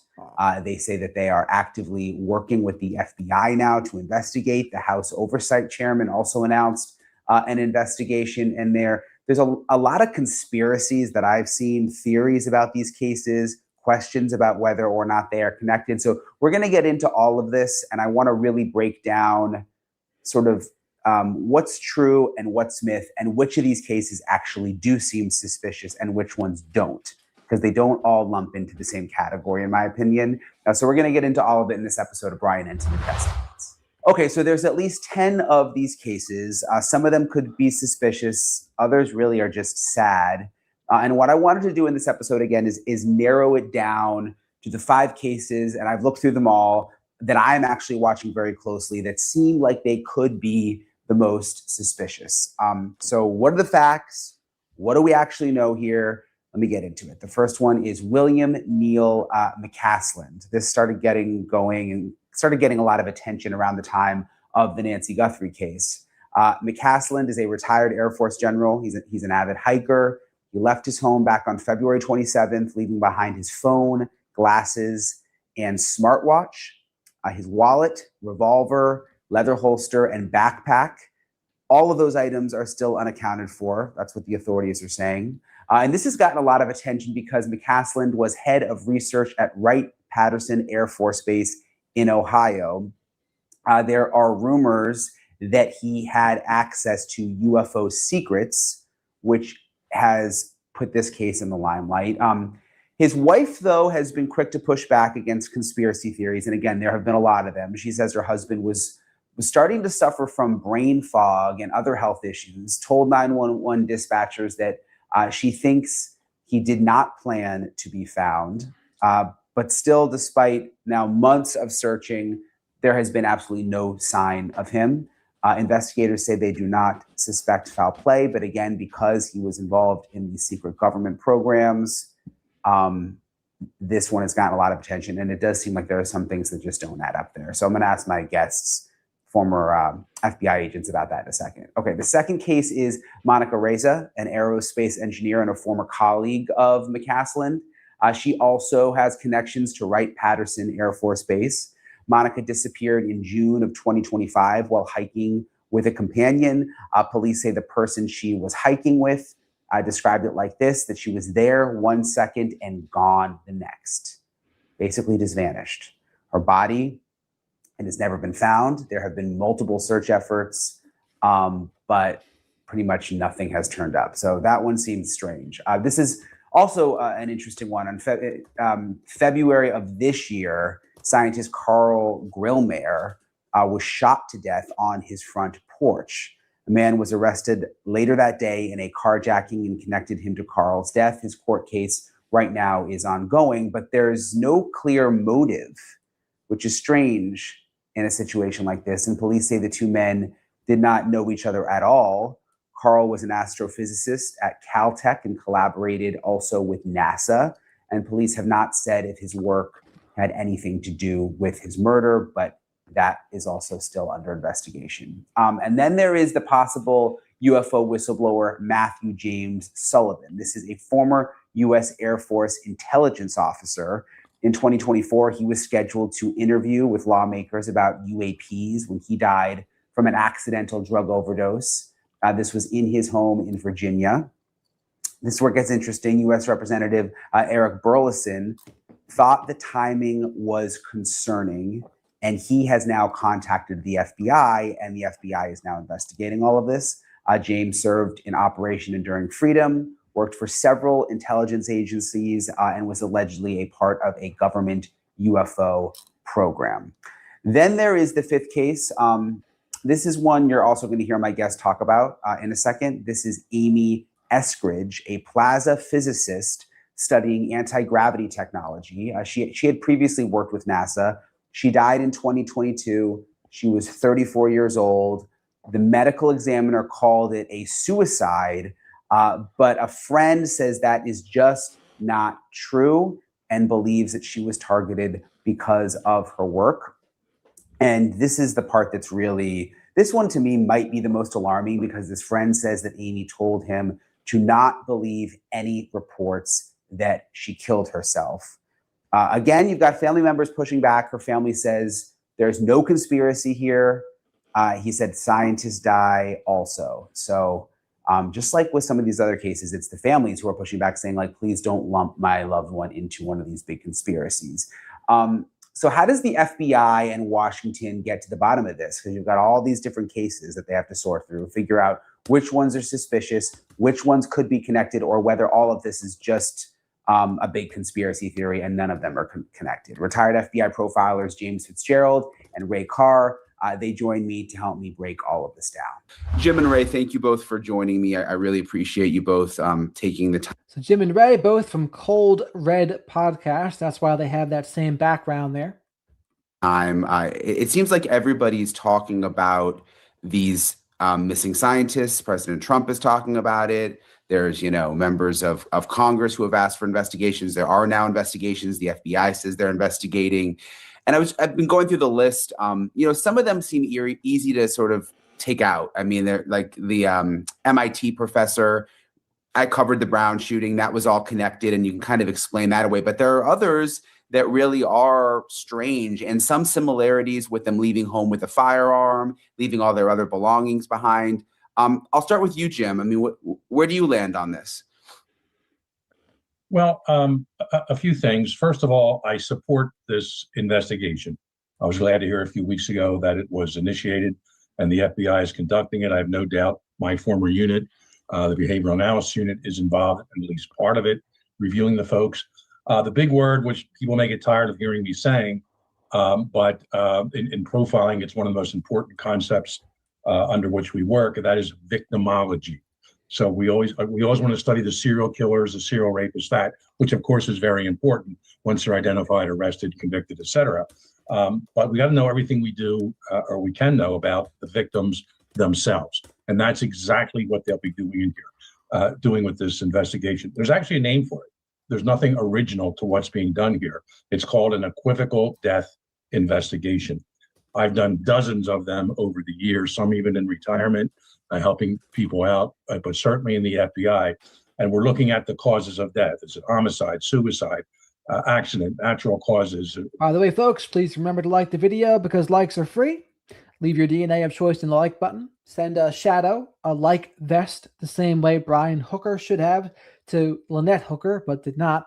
And make sure you're subscribed to the channel if you're not already, and say hello to the flock of black sheep in the live chat. Or other, and there's subcategories to each of those, but that's what they're looking at here. So it's no new process being invented here. It's strictly looking at each individual case separately to begin with, finding out everything they can about the victim. Starting, the earliest one I have is Amy Eskridge in June of 2022. That's at least my records. And the last one was just a few months ago, I believe, in February. So of this year, 26. So they're going to try to piece all these together, find out dotted line, famous Venn diagrams they can put together, look for interlinking circles, and then try to find out any sort of common denominator besides them dying, some of them relatively young, others not so much, and just trying to see if there's any other factor that links in besides them being scientists, ufologists, or some nuclear working with nuclear weapons, and finding something besides that common denominator to see if there's a reason behind their death. So I support this investigation, but I am not locked into at this point that it's anything possibly more than coincidence. I'll leave you with this. I want to hear. So Jim Fitzgerald thinks it's only a coincidence. I don't know. There seems to be a lot of people here involved for it to just be a coincidence. Now, is it possible? It's possible, but you just don't see this many people missing and dead. I don't know. I know not everyone agrees with that, but I'm yet to decide, right? I'm skeptical, and I'm going to continue questioning. That's what I'm going to do. That's what Shadow's going to do as well.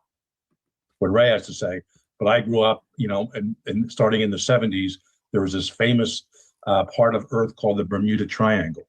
It was over 1,000 square miles, I think. I don't know how many hundreds of thousands of acres, planes, boats missing. That was over several decades. I think after all these years, it's been explained there's no magnetic force, there's no alien field underneath the water there. It just a bunch of ships and planes, went down under stormy weather. This is different. It's not so much geographically oriented, it's more professionally oriented. And I just want to make sure everyone involved goes into this objectively, looking at all the components to it, and then deciding, months from now when they have all those answers, or at least hopefully they do, then render some sort of a decision in terms of, is this a consistent pattern of these people being killed or taken missing or disappeared, or is it strictly coincidence? And Ray, Jim brings up Amy Eskridge. That was one of the more interesting ones to me because she reportedly texted a friend. When I say skeptical, I mean, big dog, I'm skeptical that it's just a coincidence. But I'm also skeptical that it's not a coincidence either. Like, it seems like there's something. Like, I'm leaning in that direction for sure. But what would it be? I don't know. Like I said, it might be a group that they were all a part of. They were working on something that was top secret and we don't know about. And in which case, if that's what it was, how are we ever going to know? We have to find some sort of diaries or journals. Now, that would be interesting if these guys had diaries and journals. That would be something I'd be interested in reading. If you see any report that I killed myself, I most definitely did not. If you see any report that I overdosed myself, I most definitely did not. If you see any report that I killed anyone else, I most definitely did not, which is kind of peculiar, right? It is. And something of that is concerning. I mean, Brian, when you look over the last few years, there's been a series of cases involving scientists and engineers and defense adjacent personnel that have died or gone missing. And on the surface alone, that sounds alarming. But the first question that any investigator is going to ask is really pretty simple. Are these cases actually connected? You know, or are we watching unrelated events being grouped together because they share a common theme?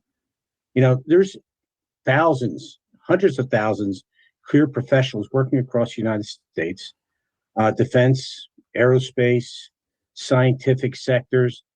And within that population, over a number of years, you would expect to see natural deaths, suicides, accidents, homicides, and disappearances.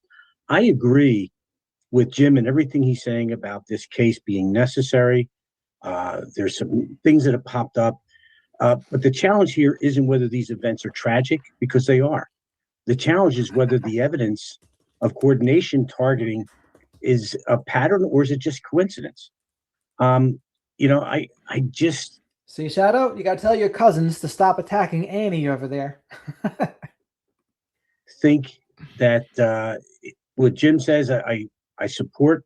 I agree what he says, but I just think that it's something that needs to be done because it needs to be quelled. Otherwise, you're going to have these conspiracy theorists out there throwing all kinds of things around, and I don't think that's really something necessary. So the question here to me is, are we looking at a coordinated pattern or a series of unrelated tragedies that are being stitched together?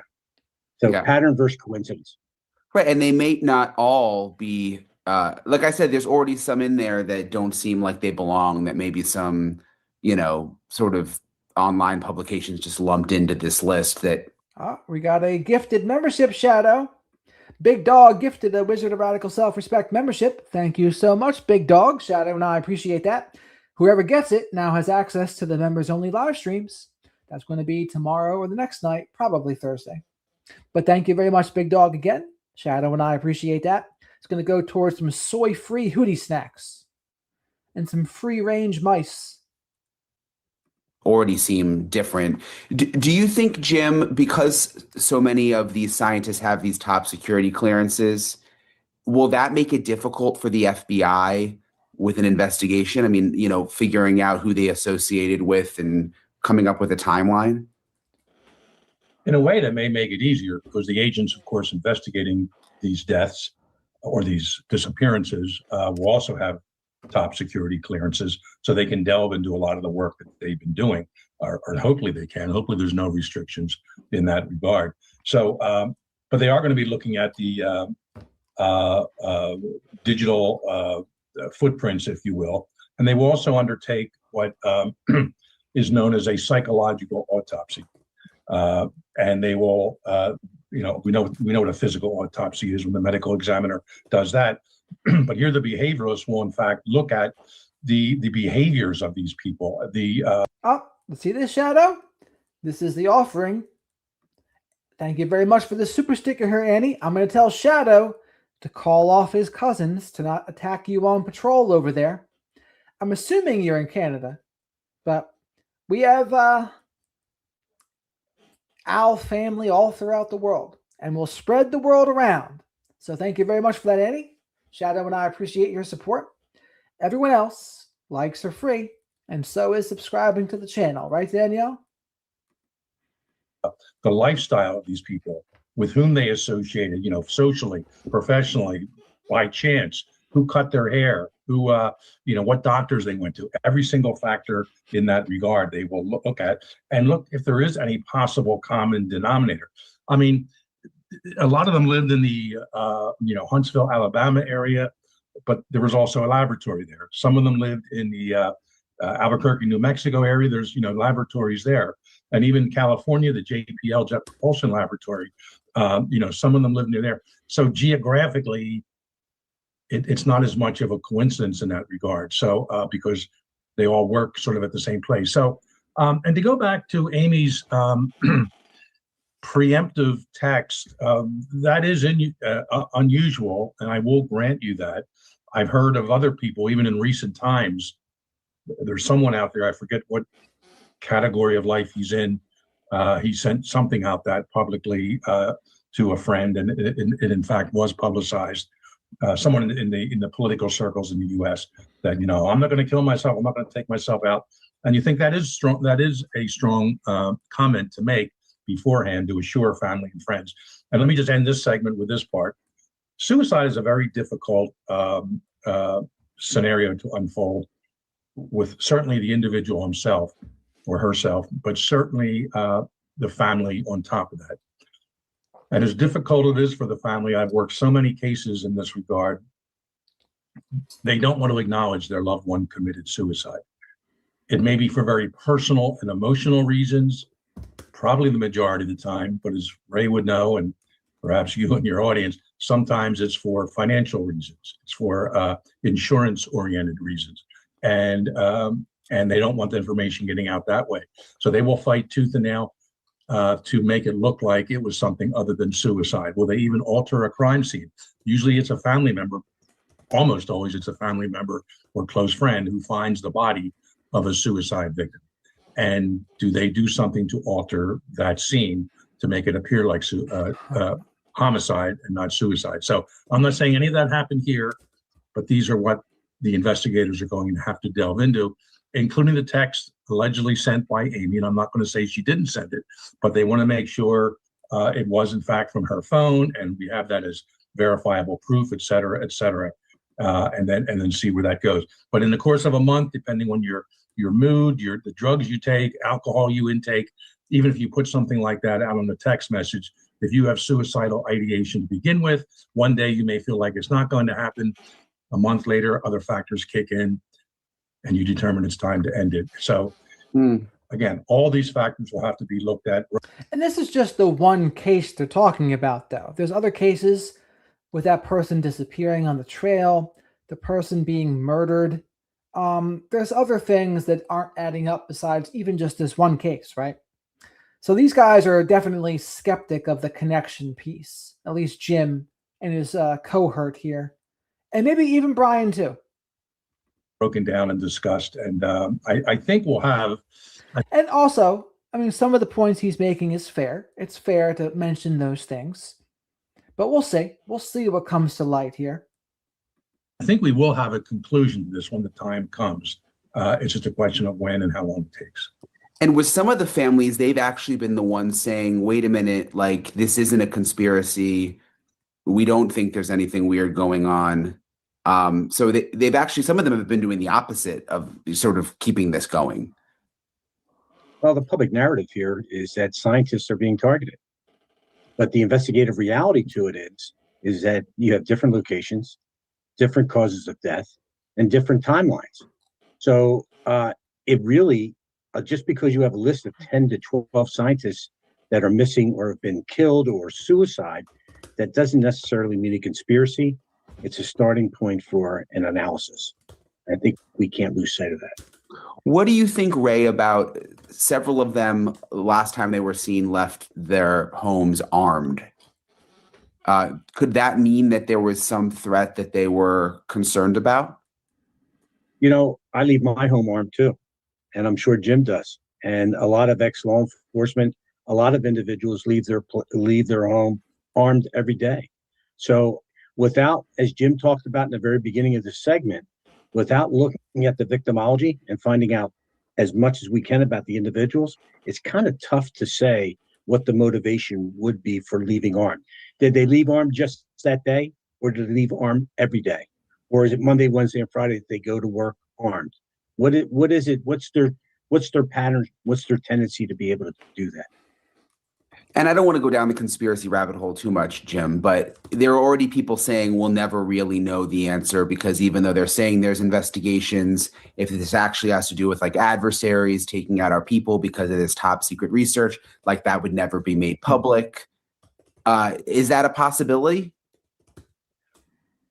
In today's world, I can't rule that out. It's well known the Israeli Mossad took out a bunch of Egyptian scientists, I think it was back in the 60s or so, 70s, who were working on, attaining nuclear devices or building, weaponizing uranium, et cetera. And that's been well established. Of course, even after the 1972 Olympic bombing and the killing of the Israeli athletes, the Israelis took out a bunch of the people involved in that. That was a little bit different. That was making them pay for something in the past. And here is the Israelis with the Egyptian scientists. They may do it preventing something happening in the future. And of course, they also are taking out Iranian nuclear scientists over the last few years with AI-controlled high-powered machine guns in the back of cars, et cetera. So I'm not saying it's our own government. I'm not saying it's the Israelis doing this, but would our government, the U.S. government under the Trump administration, have a reason for sort of poo-pooing or minimizing any sort of conspiratorial aspect to this? I don't know. I mean, knowing Trump, he could probably sell his bill of goods even better, saying, look, we have some kind of foreign adversary here, maybe Iranians, maybe Chinese, taking out our scientists, and we need more money from Congress. We need to put this blockade up, or bomb these people, whatever. Not to get political here, but I'm just saying, I think the truth coming out wouldn't surprise a whole lot of people in this country, but we're far from that truth being a conspiratorial, governmental, foreign governmental aspect taking care and undertaking these events right now. So we're not there yet. I would hope we get the truth. And I always say, and Ray and I were in the FBI, and we said, Ray, what's about 60 years between us, Ray, total. And, there's some classified information I'm aware of. I know Ray and different people over the years, but, we've never come upon anything like this grand scheme of conspiracy we hear about. And it's a lot of FBI agents, they just wouldn't keep these type of secrets if they knew about them. And that goes with every conspiracy theory you want to talk about out there. I can't believe someone, after all these years, who was involved in JFK's assassination, if there was someone else, wouldn't have said something. That's a whole different podcast we can do. But I think the same thing would happen here. If there is something being hidden, I think at some point we would find this out, because this is too important not for the American public not to know. And right now, I'm going to say everything is upfront and objective. Until I know otherwise, and we will hopefully get some kind of a report that comes out in the next few months, certainly by year's end, that tell us what actually happened. Yeah, and with the general, I mean, he was involved in one of these UFO programs, which sort of takes things to a different level, because you think about top secret clearances, and even, President Trump speaking recently again, saying, I'm trying to release more files. I mean, it's been this ongoing drip of information for decades. So I think with him, that has piqued a lot of interest because of the UFO component. Yeah, could be an alien, right? Right. That's what I was thinking. You remember Al from that TV show, right? You never know. Mm-hmm. But Yeah. I want to go back to something you said earlier, Brian, when you said that one of the individuals, and I'm not going to mention names about them because I don't want to pigeonhole information to any certain person, but you mentioned someone left their home with a weapon. And then there's others that left their home without their phone, without their keys, and other essentials. There was others that had sudden stress indicators prior to their disappearance. And there were others that had isolation behaviors prior to their disappearance. To me, from an investigative standpoint, these are often indicators of personal crisis and not external targeting. But I wouldn't rule anything out early on here, but I'm just saying it's people, once this thing hits the media, it just permeates. And the media has. I think as government workers, I think they're both former FBI. They're more on the government side with this. So they're taking the company stance. No, we're not going to believe they're connected. That sure is what it seems like to me. And I'd be hard pressed to find probably former FBI officials that are going to be more on they're connected route. I would wonder what Maureen would say. I wonder what Robin Dreeke would say. I wonder what Jen Koffendorfer would say. tendency, because they think it's juicy, to sensationalize things to the point, and then all of a sudden people start making things up, and if you read it on the internet, it's true. Right. Well, yeah, that's why, I mean, I was particularly thinking that way with the MIT professor, just because I covered that whole story. I went out there when he was killed, and it literally has nothing to do with any of this. I mean, it was this personal vendetta that a different person had against him, and that same person went to MIT, and then the shooting at Brown. So I never really understood why that one was lumped into all this, besides the fact that he was just a well-known scientist, I guess. But one other thing you said, Ray, which has piqued my interest also, is that several of them left their phone, wallet, keys behind when they disappeared. And that always just sort of stands out to me whenever I cover a case, because it's just so unusual in today's world. Most people bring their phone with them everywhere, or would have their keys or wallet. You know, I must say, though, it would probably be pretty interesting to be a Mike Baker from the CIA and get on the inside there and to see what some of these secrets and theories are, to see what's really going on behind the scenes. Now, it would be the coolest when you have the most clearance. And I wonder if the top clearance, does the president even have it? So are there some things that even they don't let the president see? I wonder about that. Or becoming president, do you automatically get access to all the secrets? I don't know. Shadow doesn't know the answer to that question either. I'll be honest with you, and I'm one of those people, and Jim knows this. He's tried to get a hold of me. I go on vacation, I leave my phone at home. Do you really? Take it with me? Yeah. I mean, I want to be separated from everything. I want to enjoy myself. And if I have my phone with me, guess what? Somebody can call me. I just do away with the phone thing. And what you're saying and what I said, those are legitimate concerns. I really believe they are very legitimate. But to date, I'm not aware. Maybe someone in the FBI or one of the other agencies is aware. There's no confirmed linkage here.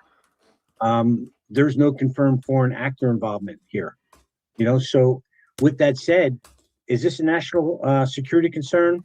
Usually when you look at that, that doesn't equal a national security conspiracy. You know, I mean, and that's what happens. People just jump on the bandwagon and until it runs out of gas, and then there's another wagon that picks them up, and they just keep on moving from theory to theory. B, can I trust you all in my stead? It's like Pirates of the Caribbean, where Davy Jones was like talking to the hammerhead shark dude. He goes, "You trust us to do your work on land?" And he goes, "Well, I trust that you'll be scared to not do it right. I trust that you will not like it, the consequences if you do it wrong." And I said, okay, if I do that, you can run the channel and you and Shadow can try to find me. Maybe I won't hold my breath, but we'll see. We'll see how it goes, B. We'll see. Do you think it'll be a long time, Jim, before we get answers, because there's so many people that they have to look into? I don't think an unreasonable amount of time. I mean, there's going to be enough people put on this task force. It will be some sort of a task force assembled. I'm not sure where it will be located, but they're going to have a dozen or so agents. Just like after 9/11 in the profiling unit, you know, each of us was assigned one of the hijackers, and our job was to basically do a psychological autopsy of each one of those. I was actually assigned to headquarters. I didn't participate in that exact part. I was kind of synthesizing a lot of stuff. So they're going to have there's going to be a team assigned to each one of these scientists, 2 to 3 agents. They will be doing all kinds of interviews with people, looking over all kinds of medical reports, getting subpoenas, search warrants, whatever it takes, you know, access to their DMs and social media postings, all those kind of things, certainly leading up to the time frame. And, you know, you brought up people that, you know, would leave a house without a phone. I was interested. I guess the last one of which we are aware is Neil McCaslin, and he was in February of 26 of this year, and he left the home supposedly without his prescription glasses. Okay, that depending on his eyesight, that could be strange or maybe not. But did he just, if he's taking a gun with him, he took a gun, no phone, and no prescription glasses? Okay, what does that mean? If he's going to shoot himself, when he shoots. Well, but I guess he could. Well, I'm going to get graphic here, but he wouldn't need glasses to take himself agree. out, supposedly with his 38 caliber weapon. So, but I'm going to throw something to the group because I just saw this over maybe Sunday. And Brian, you have a great team around you, and now I'm gonna conflate two different incidents. Didn't I read that Cole Allen on a Facebook page or Instagram, something, one of these scientists' names just came up, just the first name and last name, and nothing else about it. Did anyone see that? What do you mean? So someone did some research, on Cole Allen, of course, the White House Correspondents' Dinner shooter, attempted assassin. Oh, I see.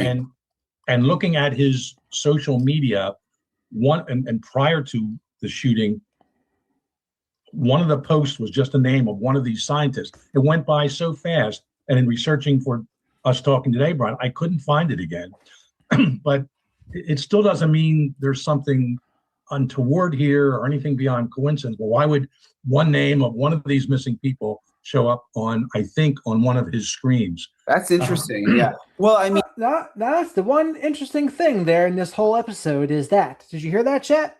So the guy who did the White House Correspondents' Dinner attempted assassination, one of these scientists showed up on that guy's screen. Interesting. looking at his manifesto, he was obviously unwell and conspiracy theories and all. Maybe this has been all over the news for the last couple of weeks. So maybe this was something that he was reading about. I haven't seen that, but that's interesting. When you talk about though, the general, I just go back to, his is kind of what started all this in the beginning, because he oversaw classified space weapons, head of research at a facility rumored to house extraterrestrial debris. Again, rumored to house. And so his is, I think his is one of the main ones here. Although there was also a report that there was a 911, and this didn't come out till later, that there was some kind of 911 call involving him, that he may have been upset about his mental health. So like, there's little tinges of things that make you go, maybe this isn't actually anything. Well, Jim, ahead, you mentioned earlier when the Bureau gets involved in these things, they're looking for linkage analysis. They're coordinating this with multiple agencies. So when a case appears connected, what the FBI looks for, and Jim kind of touched on this, but I'm going to go a little deeper. They look for overlaps in communication, travel, finances, associations, all those things that relate back to victimology. And every time we talk and we circle back, we come right back to victimology and how that will tie each individual. And if there is a link, that's what's going to tie them in together. Really appreciate James and Ray for joining me and helping me break all of it down. I'm obviously going to stay on top of it, see how this investigation develops. As they said, this could take a lot of time with the FBI because you've got a lot of different cases to look into and then to see if there are any comparisons. But, when people were saying there were 8, 9, 10 scientists involved, a lot of those just don't appear to be suspicious. There are, though, a handful, as I went through there, that seem like they could be. So even Brian Denton himself here is pretty skeptical on the conspiracy train, or skeptical of the conspiracy train, or the connection, I should call it.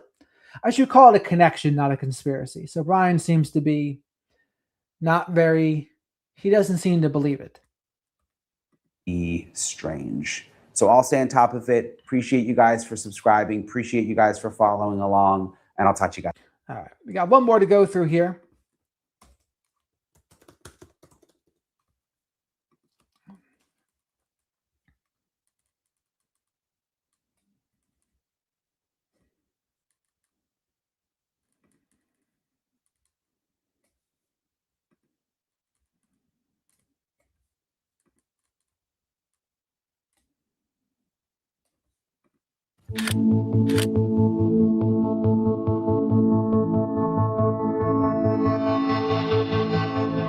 Every town has a dark side. When something happens once, you can dismiss it as random chance. When it happens twice, you might start to wonder. When it happens 3 times, We're talking same circumstances, same outcome, same result. That's no longer coincidence. That's a deliberate pattern. And something is being done intentionally. And today, we have 6 people, all of whom have gone missing without a trace or have wound up dead under mysterious circumstances. And this all happened within the last 9 months. And the thing that connects them all is that each and every one of these individuals were working at facilities guarding America's most sensitive information. Hey guys, it's Andrew. Welcome to another episode of Everytown, where today we have a situation unfolding that most certainly deserves a deep dive in. It looks like a good old-fashioned cleaning up of loose ends of sorts. And the questions for us then are, what exactly was in need of such a cleansing and who is behind it all? Let's get into it. This is Dead or Missing, what's really happening to the scientists who know too much.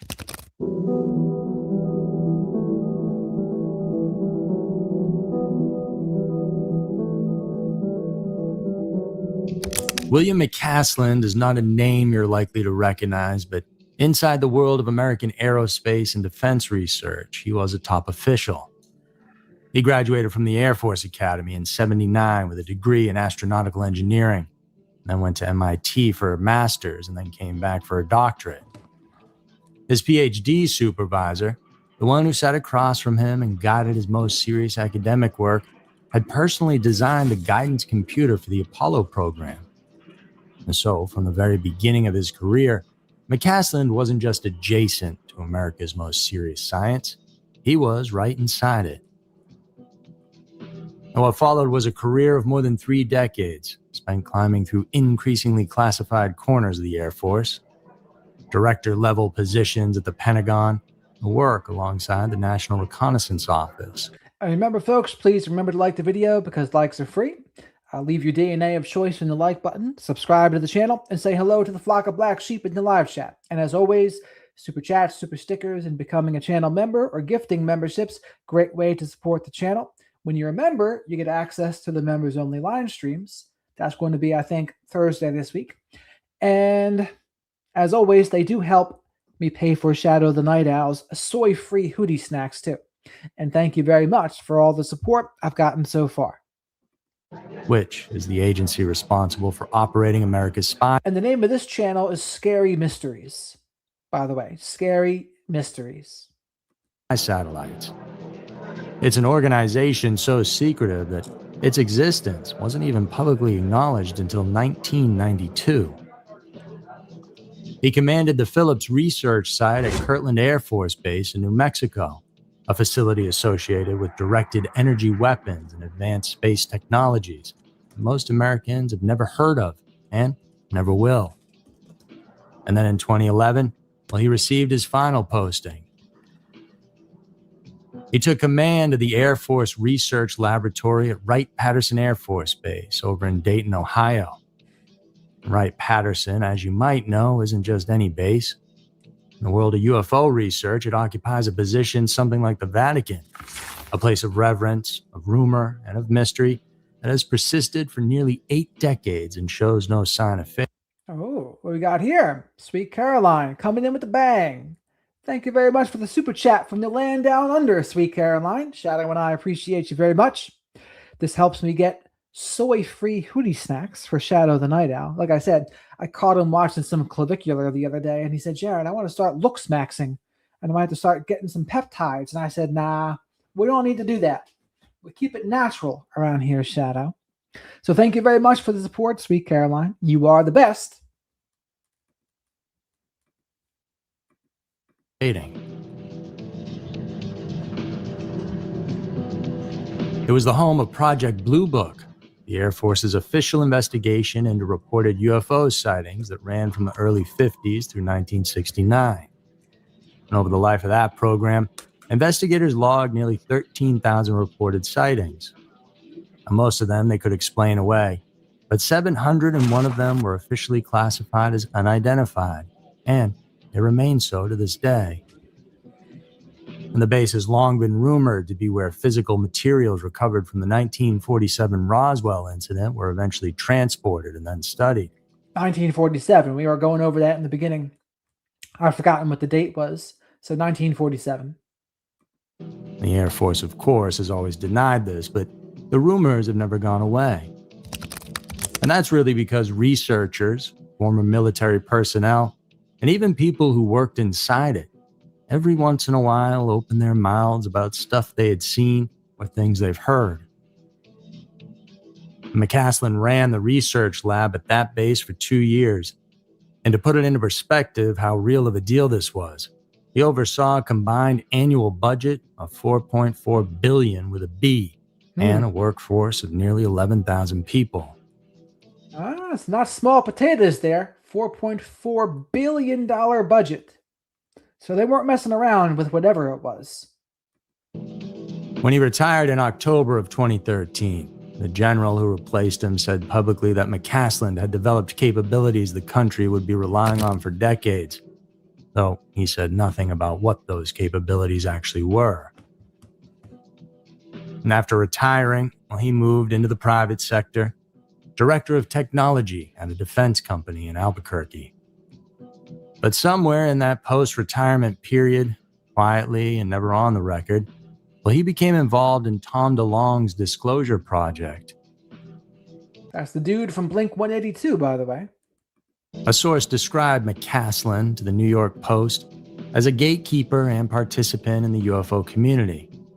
Someone who sat at the intersection of what was classified and what the outside world was trying to piece together from fragments.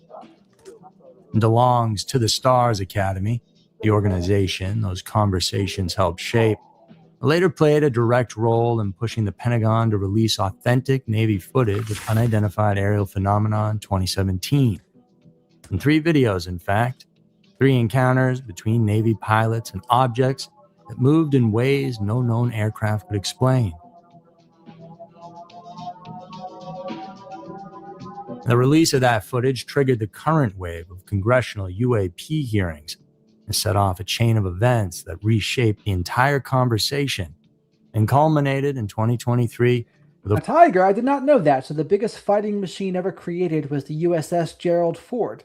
I did not know that. Former Pentagon official testifying under oath before Congress, the United States government had been operating a secret program to recover and reverse engineer what he described as non-human craft. And whether you believe that testimony or not, something has genuinely shifted in the last several years. And UFO disclosures moved from sketchy internet forums and into formal Senate hearings and sworn congressional testimony. And William McCaslin, well, he was one of those figures hanging quietly in the background of it all when that shift began. And now comes the first part that is difficult to explain away with coincidence.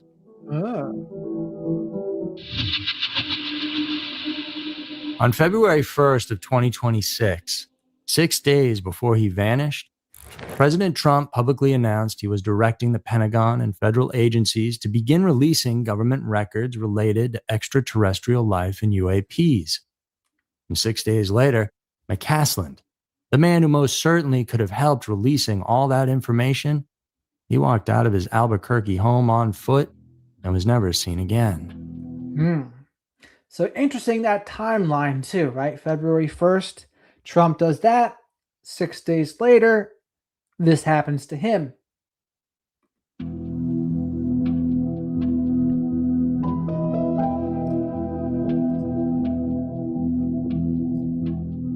Now, I hope you're not too desensitized at this point to really let that sink in. Because what I just described is not a movie or a conspiracy. It's all factual information that you can look up, and it's only the tip of the iceberg. In terms of what we know about his disappearance, it's this.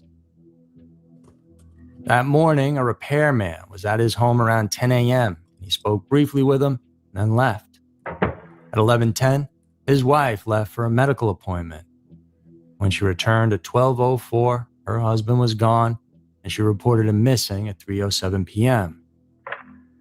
He's left his phone, he changed his clothes into I don't know what. I think he's on foot. His wearable devices like smartwatch that had tracking capabilities. What may have gone with him was a red backpack, a .38 caliber revolver, and its leather holster. He also left without his wallet, essentially gone with no way to contact anyone, no way to be tracked, and no way to buy anything. There was a huge search for this man. I mean, they pulled out all the stops, and the FBI field office in the area even got involved. But as of the making of this, there have been 0 confirmed sightings of William McCasland since the morning of February 27. 8 months before McCasland disappeared on June 22nd, 2025, a woman named Monica Reza went hiking in the Angeles National Forest in the mountains above Los Angeles. The last seen hiking in the Los Angeles forest with a companion. By all accounts, everything seemed normal that day. She was about 30 feet behind that person she was hiking with, smiling and waving. He turned around. Next thing you know, she was just completely gone. They searched immediately, and then rescue teams arrived, helicopters, canine units, and drones. Dozens of agencies combed that mountain for days, and then weeks, and they found nothing. There was not a piece of clothing, not a single footprint, not a physical trace of her anywhere on that terrain. And the case was transferred to the LA County Sheriff's Homicide Bureau Missing Persons Unit. Monica Reza remains listed as a missing person today. This is a wild one, right? How the hell do you disappear on that trail with no trace? That's wild. Was there a Dr. Koenig around the corner? I don't think so. But Shadow is bemused by this one. Now, here's who she was. Under her professional name, Monica Jacinto, she spent decades as a technical fellow at Aerojet Rocketdyne, the highest technical rank that the company offers. She co-invented something called Mondaloy, a family of nickel-based superalloys engineered to withstand the extreme heat and oxygen-rich conditions inside rocket engines. The stated purpose of Mondaloy in the Air Force press release was specific and strategic: to eliminate America's dependence on foreign rocket propulsion technology, which really meant to stop relying on Russian-made engines for national security launches so America could do what it wanted without any other country knowing.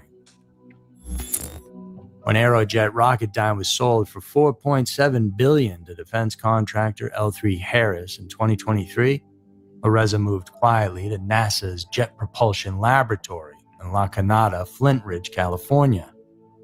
And now, here's the question worth sitting with. Who had overseen the government side of the Mondaloy research program? Well, it was the Air Force Research Laboratory Space Vehicle Directorate, commanded during a key period of that work by William McCasland. And the scientist who invented the alloy and the general who ran the program that funded it, they both vanished in the American West 8 months apart, leaving no physical trace behind. That's pretty connected to me, though, right? That's pretty interesting. 2 disappearances like that. Very interesting. What else? These kinds of things that get me thinking of movies like Enemy of the State. I kind of think we're due an up-to-date version of Enemy of the State. If you're familiar, it was with Gene Hackman and Will Smith. It was a good movie. It was pretty state-of-the-art, but it came out in the 90s, the late 90s. I would love to see a 2026 version of Enemy of the State, as long as they did it right. But also, I would like to see X-Files type episodes on some of this stuff too.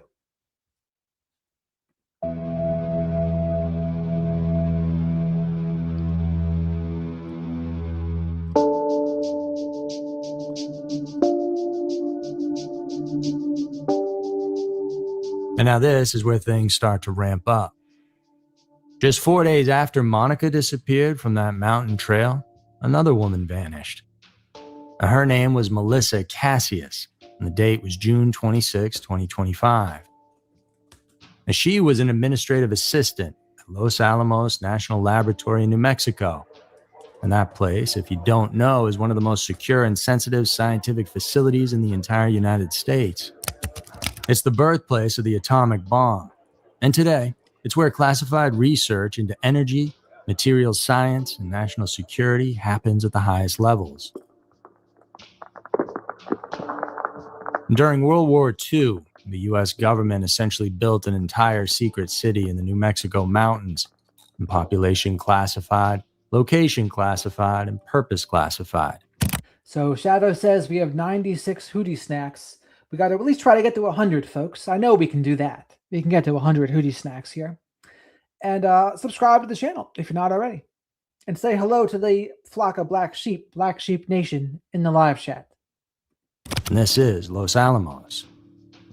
The facility covers nearly 40 square miles. Access is controlled down to the room level.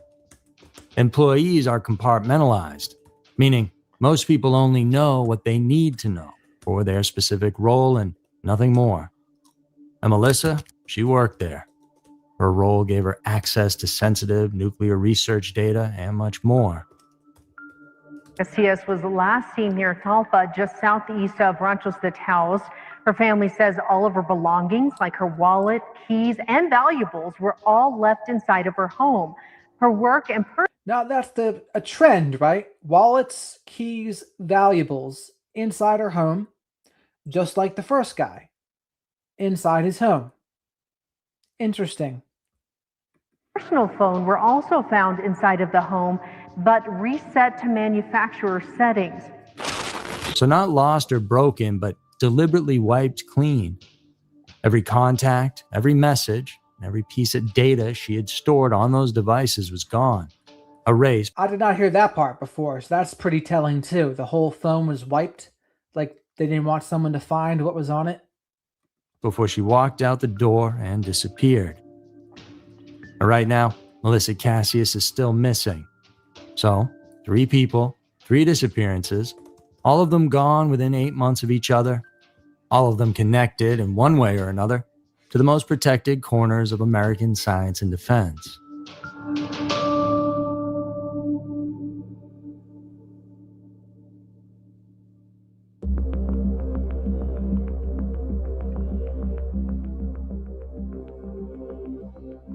And this next story definitely made the news, but that doesn't mean the answers are all there. In fact, it's quite the opposite.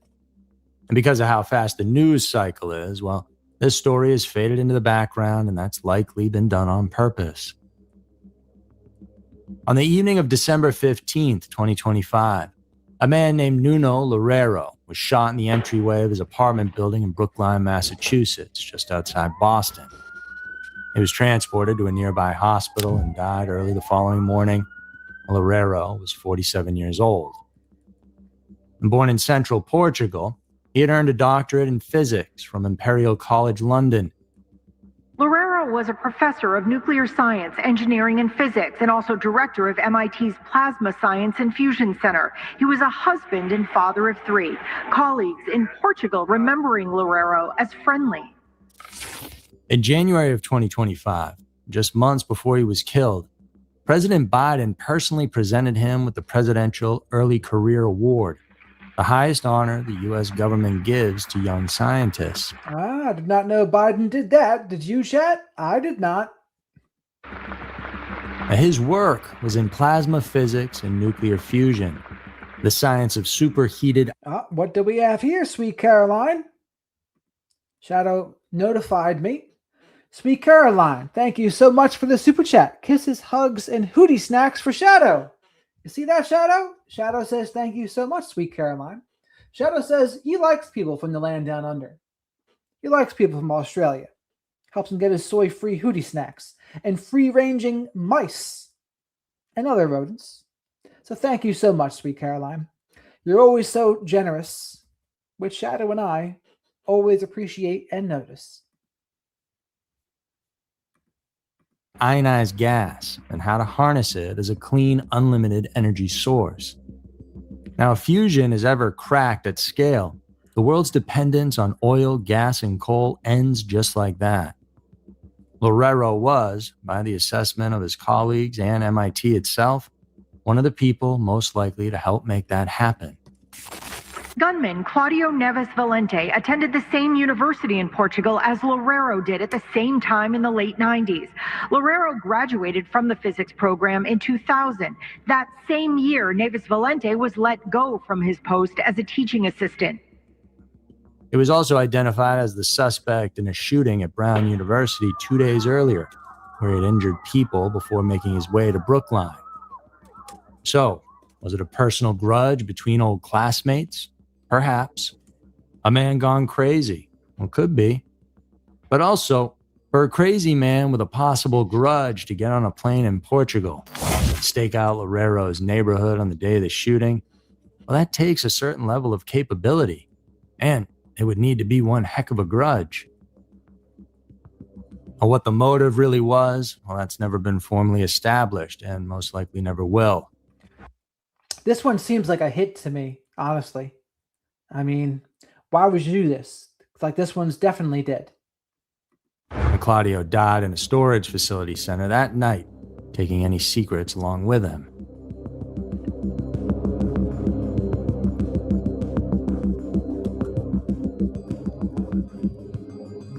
Fast forward just 8 weeks to February 16th, 2026. At a house in Llano, California, along a remote stretch of desert that sits about 70 miles northeast of Los Angeles, just after 6 in the morning, a 67-year-old man named Carl Grillmair was found on his own porch with a gunshot wound. He was pronounced dead at the scene.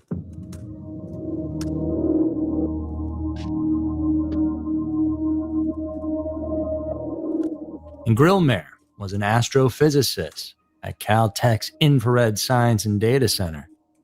His colleagues described him as ingenious, and not as a courtesy, but as a precise description of how his mind worked.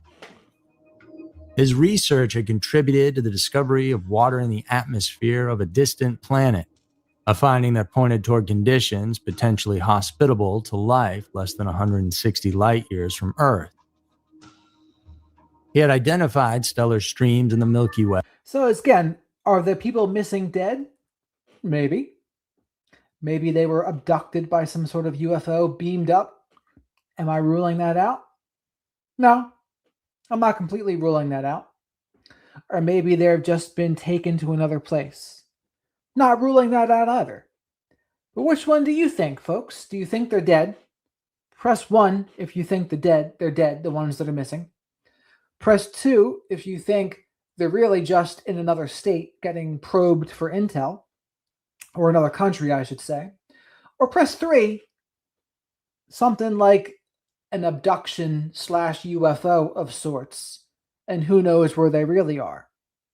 Which one would you think it is? I don't really know, honestly. I have to think about it. But what do you all think? And vast rivers of stars left behind by the disruption of ancient galaxy clusters. A work that fundamentally reshaped how astronomers understand the large-scale structures of the cosmos. He had led research programs using both the Hubble and Spitzer space telescopes, and had received a NASA Exceptional Scientific Achievement Medal. He is, and I say in the present tense, Carl is irreplaceable because the ingenuity he injected into his research in astronomy is unparalleled. And where he lived in Llano, well, this was the kind of place people choose specifically because it's far from everything. Authorities arrested a 29-year-old man named Freddie Snyder nearby on a carjacking charge and later charged him with Grillmair's murder. But no motive was ever publicly released, and no explanation of whether Snyder knew Grillmair. There was no confirmation of whether this was a random crime of opportunity or something deliberate, pointed at this specific scientist, at this specific house, on this specific morning. And before someone would rule out the old being beamed up thing, right? I mean, what did the Christian religion think happened to Jesus? I mean, they'll say, oh, well, gravitated to heaven, levitated to heaven, right? Now, in this day and age, what would they say that was? I mean, how much different than a quote-unquote abduction would people consider that? And I'm not saying that to belittle Christianity. I'm just saying some people believe that. So how much of a leap is it to believe other things like that can happen? I don't know. Just throwing it out there. Question has never been answered. And now, here's the final case, at least as of right now. 45-year-old Jason Thomas disappeared back in mid-December. He was last seen in the area of Murray and Chestnut Streets in town. Searches and leads for the Novartis scientist have come up empty. And Novartis is one of the largest pharmaceutical companies in the entire world, with active research contracts with the U.S. Department of Defense. And Thomas's work focused on developing new medicines, including potential treatments for cancer. He was missing for 3 months.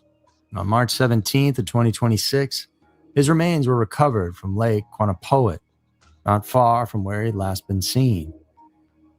Authorities did not announce evidence of foul play. The working assumption, at least publicly, appeared to be that his death was not suspicious. And maybe it wasn't. I mean, people go missing. Tragedies happen that have no sinister explanation and no connection to anything larger. But the timeline sits uncomfortably alongside everything else in this story.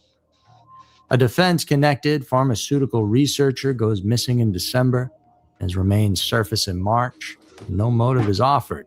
No explanation of what happened in those 3 months. No public accounting of the circumstances that led a 45-year-old man from his life to the bottom of a lake.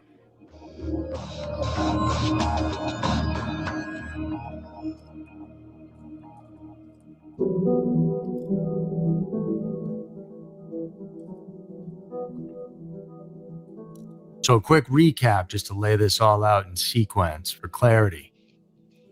In June 2025, a NASA rocket scientist who co-invented strategic defense materials and worked directly under a program connected to McCaslin vanishes off a hiking trail in daylight 30 feet from her companions and leaves no trace.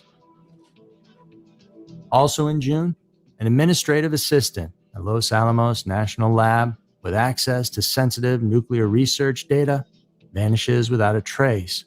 And her phones, they're wiped clean.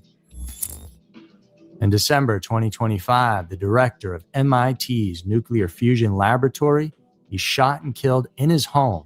The motive is never established. February 2026, a pioneering astrophysicist is shot dead on his front porch at dawn. No motive released.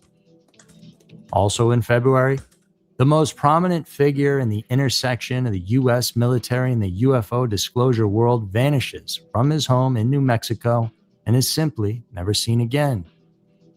In March 2026, the chemical biologist's body surfaces in a Massachusetts lake. No explanation given. 6 people, dead or missing, all of them working at the edges of aerospace research, advanced energy, defense technology, and, in at least one case, definitely the world of UFO disclosure. Tennessee Congressman Tim Burchett has said publicly that he sees a pattern, that the numbers in these specific fields feel unusually high, and that people in Washington need to be paying attention. He also added that he doesn't think the government should be trusted to investigate itself on this. Former Assistant FBI Director Chris Swecker said, Yeah, and I agree with that. The government shouldn't be trusted to do it on its own, honestly. His gut goes directly to a foreign intelligence service. Countries like Russia, China, and others have been running programs for decades, specifically designed to acquire American scientific knowledge at the level these people possessed. Things like advanced materials, plasma physics, astrophysical data, propulsion technology. And Swecker noted that in the world of intelligence, targeting scientists is not a new strategy. It goes back to the Second World War, when both sides were actively hunting each other's physicists and engineers. So Mossad, in the late 60s, I believe, early 70s, they went after Egypt's scientists because they didn't want them to develop nuclear weapons. They also did some retaliatory strikes after the 1972 Olympics, when the Israelis were killed. And And that's important to remember in this case because why these people have been killed or disappeared in odd ways probably isn't all tied to UFOs, alien secrets, and Roswell. That's the sensationalized version of events, the ones that grab headlines and your attention. But that kind of wording also diminishes the truth and even the lives of all these people lost. UAPs, alien probes, all that stuff. Now, these words alone carry a weight of cultural mockery that makes it genuinely difficult to take this situation seriously. And it's understandable to be skeptical, but that also might be the intention of it all.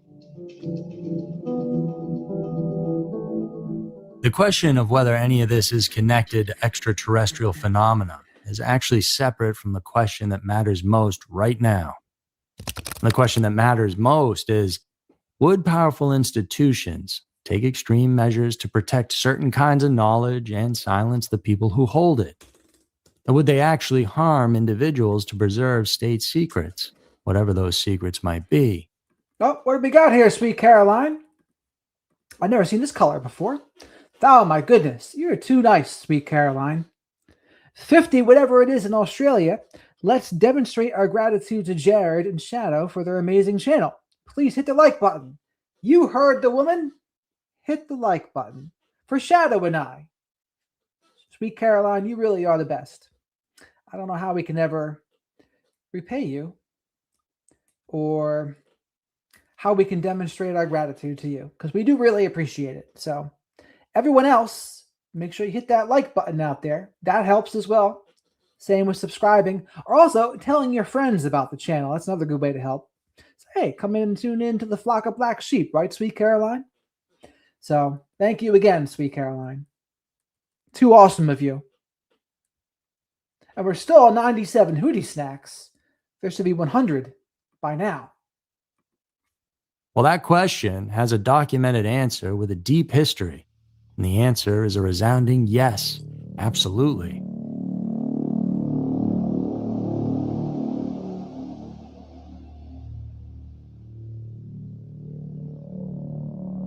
Beyond individual targeted killings, and there are many documented examples of those, what's most unsettling isn't the idea that powerful institutions would eliminate a specific person who knew too much.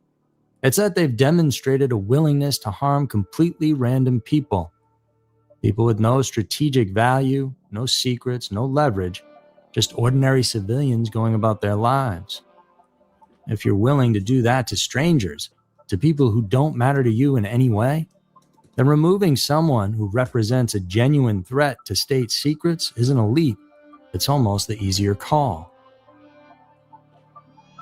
For instance, Operation Lac from the 1950s had the U.S. Army secretly spraying zinc cadmium sulfide over large areas of the American Midwest, including the city of St. Louis, just to test dispersal patterns.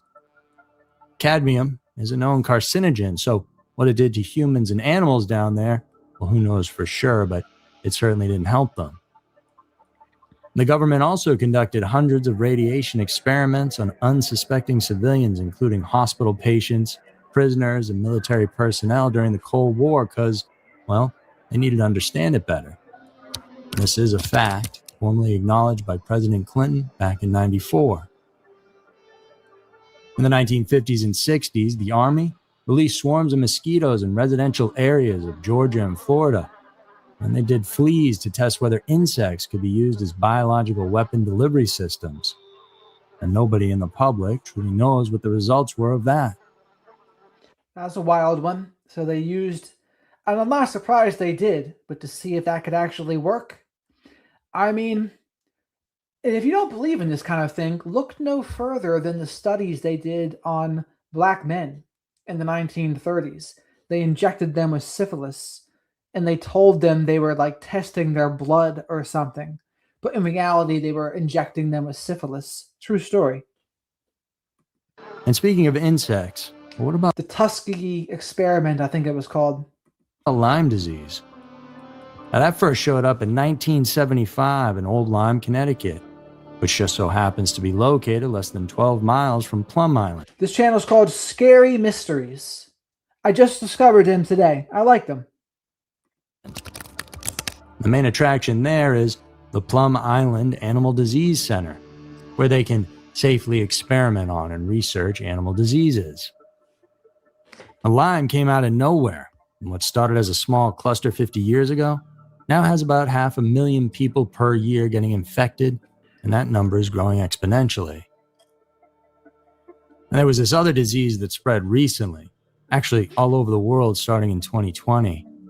I can't remember the name, but it may have come from a bat or some animal, or it may have been developed in a lab. It's tough to know for Can't remember the name, he says. sure. But if the lab leak is true, then well, it may have been released by accident, but also maybe on purpose. Well, who knows, but I hear there's good money in pharmaceuticals. MK Ultra dosed people without their consent.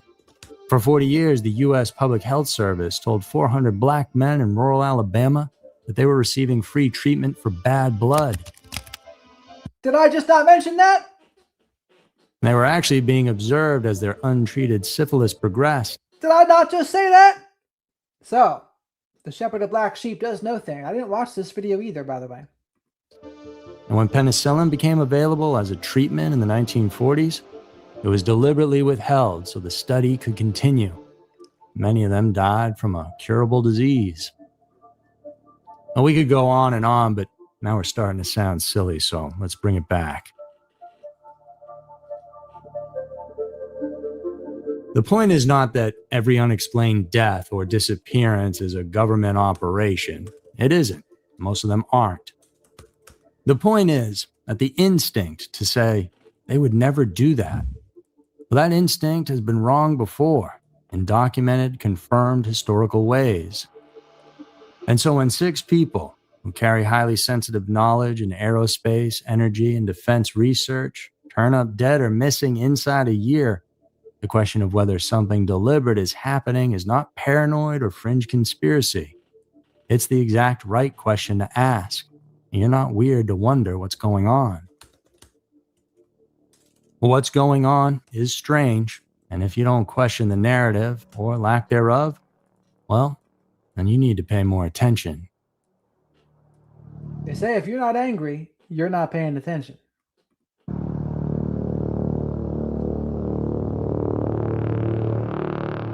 So that's going to do it for this week's episode of Everytown. I appreciate you tuning in. If you're tired of all the ads, well, then go watch our episodes over on Spotify. If you're subscribed to Spotify Premium, you don't get any Spotify ads on my videos, so have at it. Remember YouTube Premium too, by the way. I need to get my stuff, my interviews on Spotify, I think, as well. And it's like they say, B, I'd rather have a bottle in front of me than a frontal lobotomy. That's the old joke.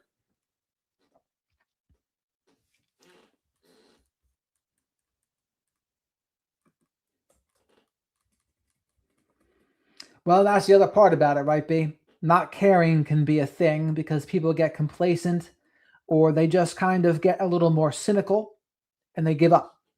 And I get it. I've been there too. I'm kind of there right now, honestly.